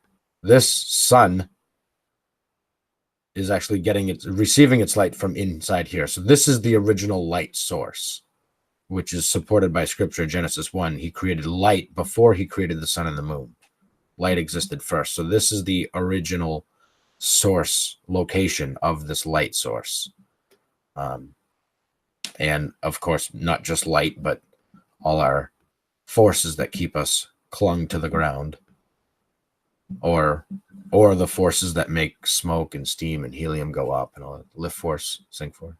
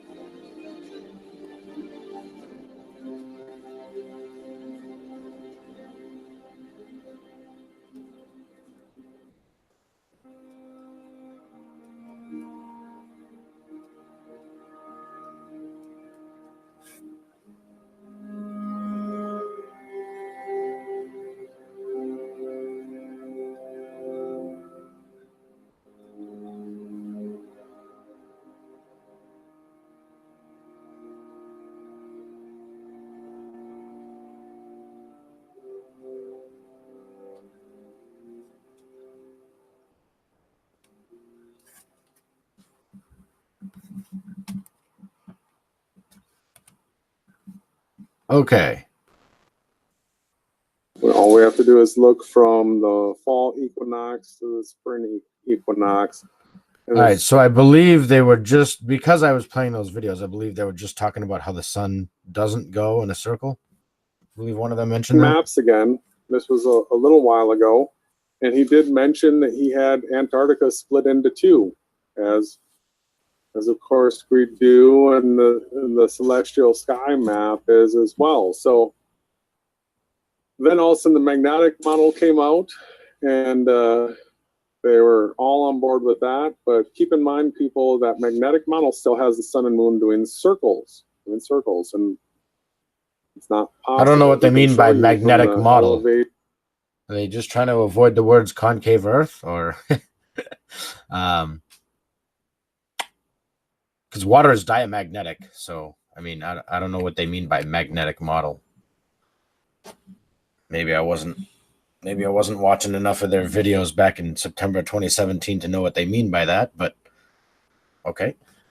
The azimuth and elevation data of the sunrise and sunset in the southern hemisphere, that the sun is not doing circles. All we have to do is look from the fall equinox to the spring equinox, and it's clear that it's not doing circles. So that model has been debunked.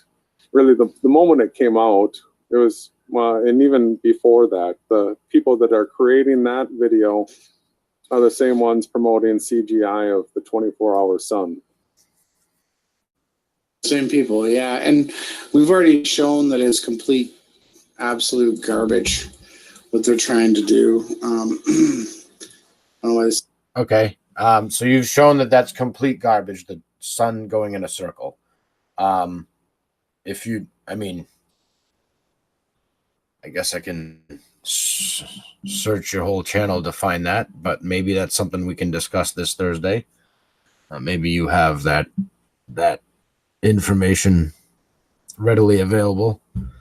But yeah, I mean, short of being in the South myself, I guess I can't really make any claims about what does or doesn't happen there. But I mean, 24-hour sun in certain locations, that, I mean, these things have been recorded for long periods of history. So, I mean, these astronomical observations, the heliocentric astronomical observations, and the you know, the observations regarding daylight and everything, the reason why they've convinced the world they work on a heliocentric model is because the Earth is spherical. They just needed to crank up these distances and sizes to make it work on the outside. It's an inversion. You live on the inside of the sphere. Small close light source. And because it's not a rotating Earth, that's the difference between a rotating planet and a stationary sphere with a orbiting sun inside. That difference right there is the explanation for all these different anomalies that you're finding with the flat Earth maps and the heliocentric explanations, because you're keeping it flat versus helio. That's why you're not getting anywhere. That's why the flat circle camp won't debate you, is because they know they're wrong. And that's why the heliocentrists won't debate you, is because they know they're wrong. Well, I'm here to debate you because I know you're both wrong. You live inside the concave Earth. This isn't working, but basically the sphere inside of the sphere is going to be, the model is going to be something like this, but I'm going to put our map on here just to show how the stars and everything does work. But we do live on a flat plane. But right, exactly. But you live on a flat plane. Well, that's the problem right there. There's the error in your equation. Once you introduce an error into any equation, you're not going to get the correct answer. Maybe unless you introduce the same exact error on the opposite side. You know. But you guys know what I'm saying. Once you input false information into equation, you're not going to get the right answer. You're screwed right from square one.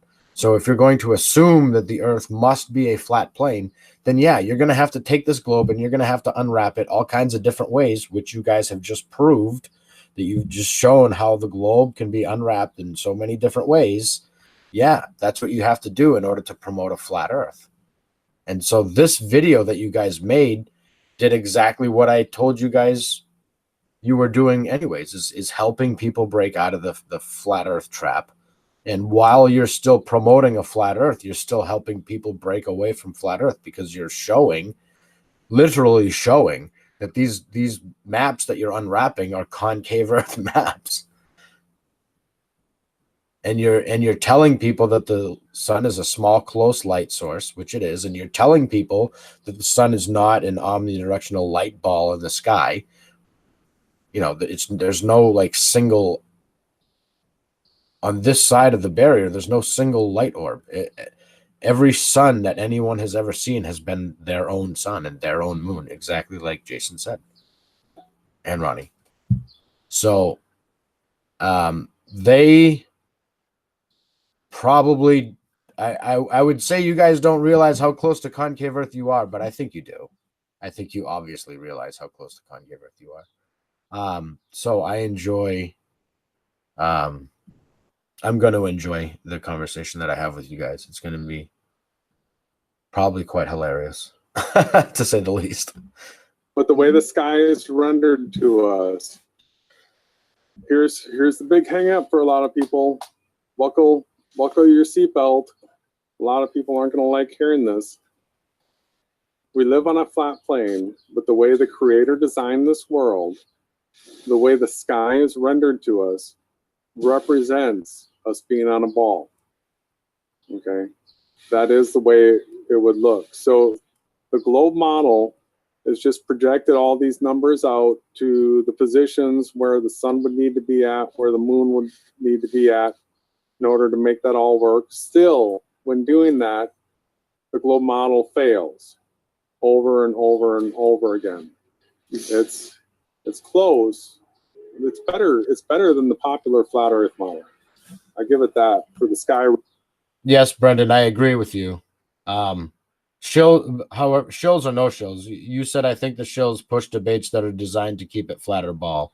Yeah, I mean, shill is a term that would be used if they're profiting money off it. So whether someone is profiting money or not, shill or no shill, yeah, there's obviously an agenda to keep it heliocentric versus flat Earth. And so that's why they're saying they know the Earth is a flat plane, but they're showing you the sun's not what flat Earth tells you it is. The circle flat Earth tells you it is. They're showing you that the circular, they're showing you that the circular unwrapping of the globe is incorrect. And then they're taking square unwrappings of the globe Earth and saying that it is correct, which is kind of silly because it's not. The globe maps are accurate. You're on the inside. And that's what they're trying to get you to understand. That's what they're trying to get you to understand. They know the Earth is concave for whatever reason. I mean, this is just my opinion. It's my assertion that both these guys know the Earth is concave and they're trying to help people. But the minute they say the words concave, no one's going to listen to them. So they have to keep it flat because otherwise they won't be able to reach flat earthers if they don't keep saying flat. They're not going to be able to reach the genuine people, break out of the flat trap unless they keep saying flat while showing you that flat Earth freaking can't be. And so they need a guy like me to come say concave for them. So I'm going to try to do that. I'm going to come on their channel and say the words concave Earth. You don't live on a water's bending up. You know what I mean? I'm going to say the things that they don't, for whatever reason, won't say. Representation. That's what's going to happen. It's better. Guys. So, but it still fails because the axis of rotation doesn't work with the celestial equator and the ecliptic path being fixed. Like the ball demands everywhere we are, we're on the top of the ball. So the sky actually follows. So at a 90-degree angle, everyone should have a straight parallel equator of stars running above their head. But that only happens on the equator. So it basically disproves the axis of rotation. And that's a whole other topic we're going to get to in the future. And to disprove the axis of rotation, you need the ether. Cognac. Michelson, Morley, Senyak, Gale. You need the ether. So, where's the ether in your model? Maybe you guys, I haven't watched all your material, so maybe you guys have talked about it. I'm not asserting that you haven't talked about the ether in your model. I'm just asking. Maybe that's something we can discuss this Thursday. Is what determines the direction of weight in your model? A force in motion will stay in motion unless acted upon by another force or an outside force, which means that a stationary object should remain stationary unless acted upon by a force. So if I hold an object out in front of me and I let it goes down. Why? You can say it because it's more dense than its surroundings, yes. But how come it doesn't go sideways when it's more dense than its surroundings? Why not up? Why doesn't it travel diagonally when you let an object go? There must be forces that determine the direction of objects that are more dense than their surroundings. There's got to be, why is it always one direction down? The convex camp will say gravity. And they're half right. That's a singular pulling force holding everything to the earth. Just stuck to it. Like it's a big ball of tape and everything just sticks to it. Right? But that doesn't explain why anything rises. Excuse me. If there's only one force and it's pulling down, then how does anything go up? Shouldn't there be an up and a down force? And that way the object's properties, its mass, density, weight, etc., can determine whether it rises or falls. There would have to be an up force and a down force, as above, so below, right? There can't just be a singular pulling force. That means all smoke would go down. All the steam would go down. When you boil something on the stove, all the steam would go towards the floor, folks. If there was only one force going in one direction. If you're saying that smoke goes up without a force making the smoke go up, then that's magic. That's pseudoscience. You're attributing direction of material with no force behind it. You're saying that this matter here is just moving on its own accord without an outside force acting upon it. That's craziness, right? There has to be an up force and a down force, and that way equilibrium and buoyancy and things like that can exist. You can't have equilibrium and buoyancy without that tug of war, without that dichotomy, right? You need it. It's got to be. There's no other way around it. You can't explain the observations we make with objects rising and falling on an Earth with just one force going in one direction, and the flat earthers claim there's no gravity, and and concave universal compression is wrong too. We just live on a flat plane, and there's no forces. There's no forces. So just dense objects just go down because Eric said so. Well, no, dense objects go down. Why? Why don't dense objects move sideways, folks? There's got to be a reason why the object more dense than its surrounding. If I take this banana and I just let it go, why didn't it just go sideways? It's because there's no sideways force, ladies and gentlemen. There's no force on Earth causing objects to go sideways. There's a force causing objects to go down, and there's a force causing objects to go up. Very, very simple, because we live in a pressurized container.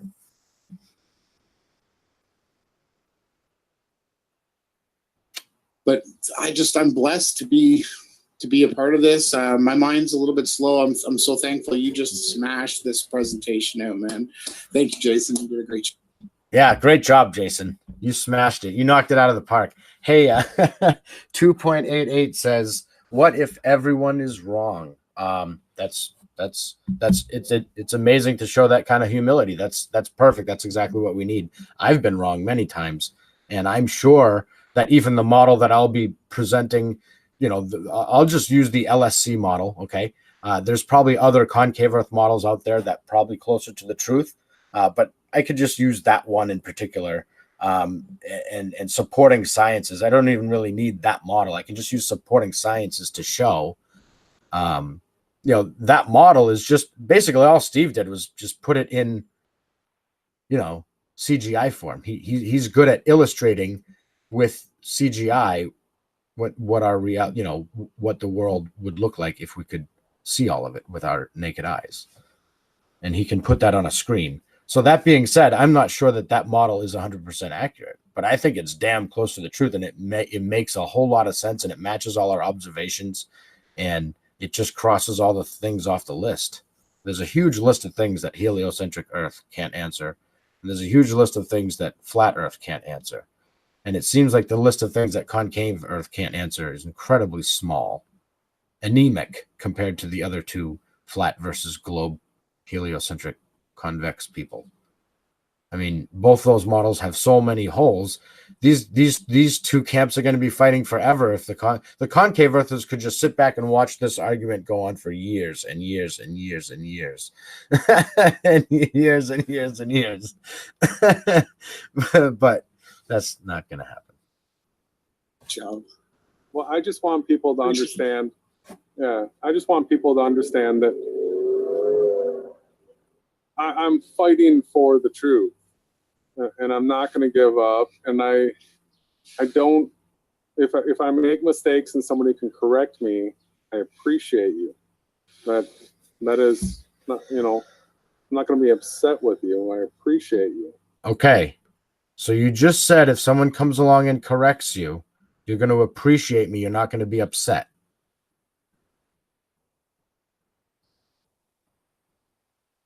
Let's see, 20126.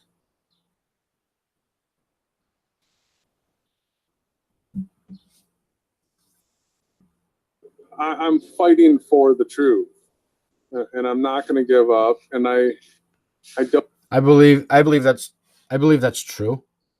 I believe he is fighting for the truth. Even if he knows the Earth is concave, he could still be promoting a lie, flat Earth, while still be fighting for the truth. I get what he means by that. I get what he could mean by that. Because I don't know what he knows and what he doesn't know. I'm not going to claim to know exactly what he knows or what he doesn't know. But I mean, these guys aren't new. These guys aren't new. They know that there's this fucking elephant concave Earth model. It's an obvious elephant in the room. Like, give me a break. Team YahWeWishyWashy, like they're not aware of who LSC is. Like, it's just, you're just waiting for somebody to come along and correct you, right? Like, give me a break.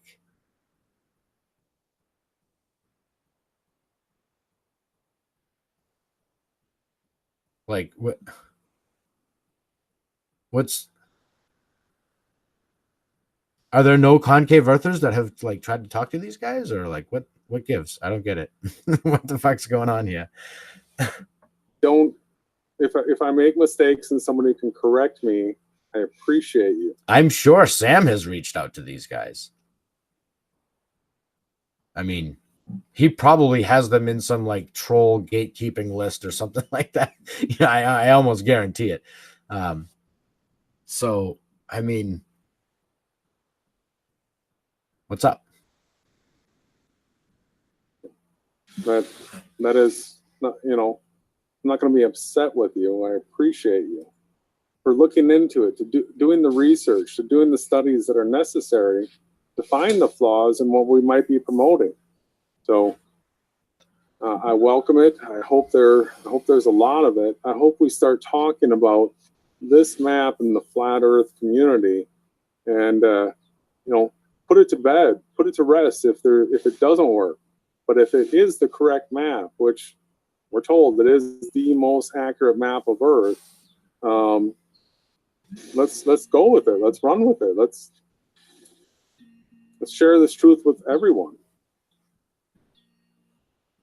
Totally. I'm I'm going to play out a video here. I'll get it queued up. Is there any last comments? What's going on moving forward? What can we do, Jay? Is there anything you got on your mind? I'm planning 8 o'clock Wednesday night this week. We've been real busy with secular work, but today's hangout, Wednesday's hangout, I feel real strong about doing as much as we can. Our studies show 2017 to be a real special year. We see the Revelation 12 sign, that prophecy being fulfilled this year, along with a host of other things, that it is always our hope and expectation that YahWeWishy's return is soon, is near. I'm praying for that all the time. Hopefully it's not too much longer. So we've got before the 23rd, Wednesday would be our last Beyond Flat Earth. I'm not expecting to be raptured on the 23rd, but I am looking to see what will be fulfilled. We know we have the Day of Atonement coming up. We have the Feast of Tabernacles, and this has not been my area of specialty whatsoever. In fact, learning about the Revelation 12 sign, you and I did it together, just a little while ago this year. And there's people that have been on this topic. I have been going to Steve Fletcher 222 for his information regarding the Revelation 12 sign, because I do feel that within the Revelation 12 community, that just like within the popular flat earth, that there are COINTEL channels, insiders that are in there, muddy up the water, and to spread more lies and deception. Steve Fletcher 222, from watching his videos, his material seems very accurate, and I love his heart condition. Yeah, hey, I love your heart condition as well, brother. And Q, get in touch with us. Get on Zoom. You got stuff you want to share, Q? I want to push it. I want to help promote it. Thank you, everyone, for being here in the chat. It's a blessing, Jay. You're the best, man. The host with the most. I'm the co-host with the most. And that's it. I'll play us out. I'm going to mute. And thanks, Jason. Thank you, everyone. Thank you, everyone.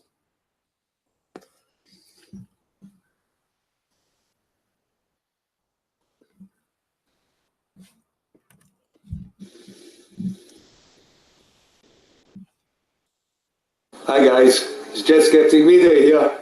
This is such an exciting day. I swear we're going to see the Flat Earthers' first model. I heard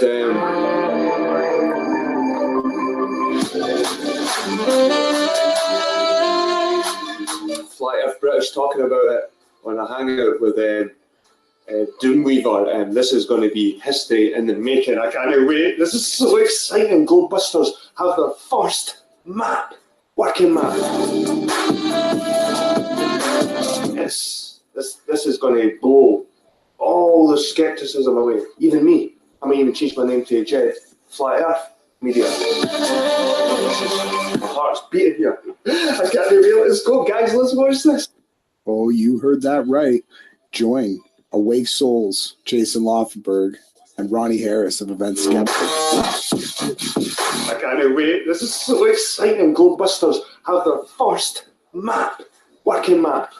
It's okay.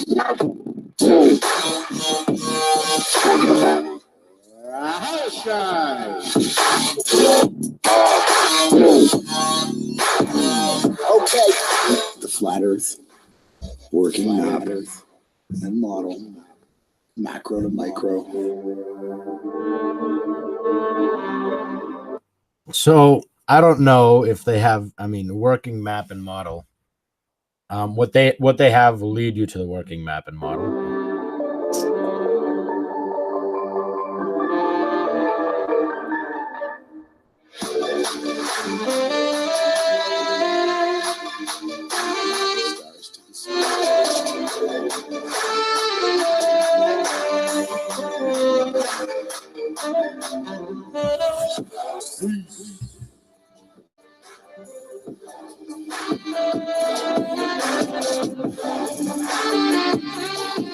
So what's up, Melissa? Brandon, how you guys doing? Folks in the chat. 2.88.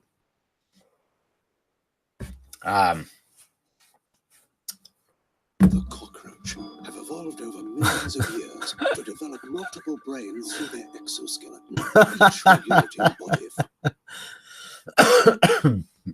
All right, so that was one video that they promoted. This is that was cool. I like that.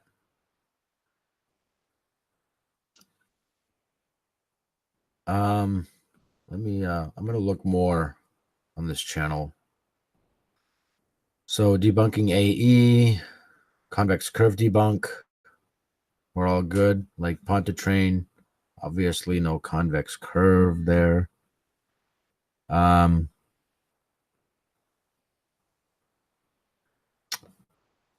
Debunked. Okay.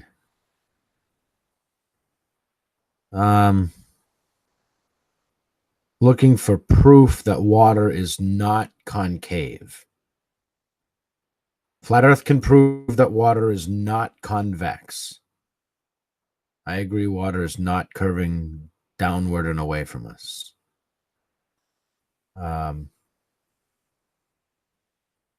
Flat Earth, concave Earth agree. We can see way too far, even with atmospheric distortion, refraction, lensing, looming, blah, blah, blah. You can see way too far. Should be huge amounts of water in the way. Excuse me. However, flat Earth cannot prove that water is not concave.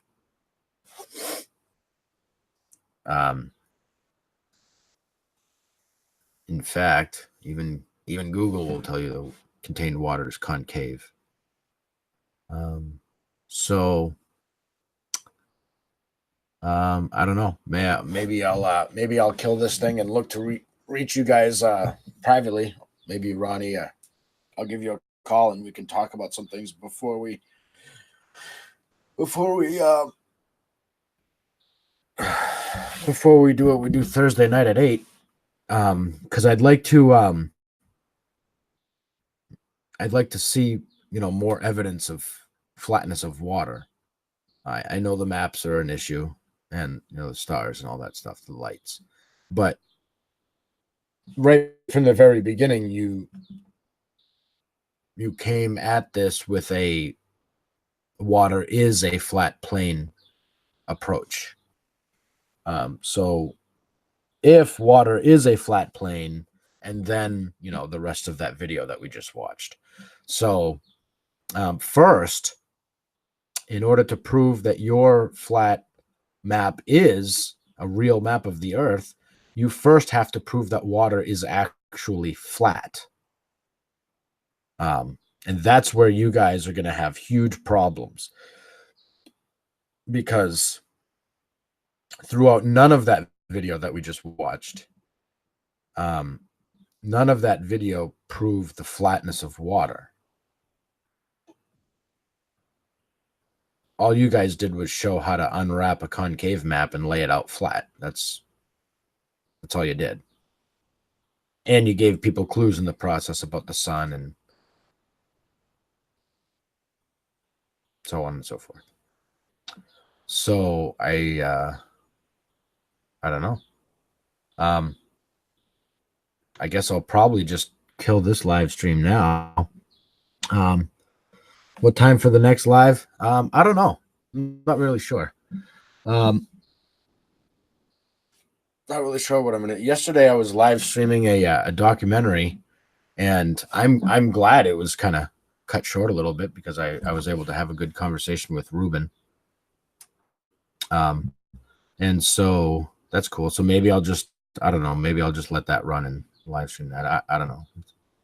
But I don't really see the need at this point. I mean, ran through the whole Cell Earth evidence playlist on one channel, on my other channel, and then did all of it except for this complete 6-hour documentary on this channel. So it's pretty much all there. I mean, there's both my channels have plenty of concave Earth information and sciences and evidences and footage and experiments that show that this concave model is feasible. There is merit. It is possible. We can reproduce it in a lab with people wearing white coats and stuff. So there's that. So yeah, I guess I'm probably just going to kill this live stream now. And so Ronnie and Jason, I look forward, I haven't spoken with Jason, but I've spoken with Ronnie. So if Jason wants to join Ronnie and talk with me, I'm okay with that. I won't see it as like being outnumbered or anything. I'll by myself, I'm more than willing to speak with both of you. So that's cool. Just as long as we don't talk over each other and stuff. And I don't think I'll have that problem with you two. You guys seem to be, like I said before, a little bit higher caliber than that. So we should be able to hold a cordial conversation. So I look forward to it. Let's try to do as much good as we can for the flat Earth community, and help people get closer to the truth and the source of creation. That's what it's all about, right? If it matters that we're creating beings, then the location of the source of creation also matters. How could that not matter? If it matters we're created, then the creator matters. All right, well, let's find where the creator's at. So I love you all. See ya.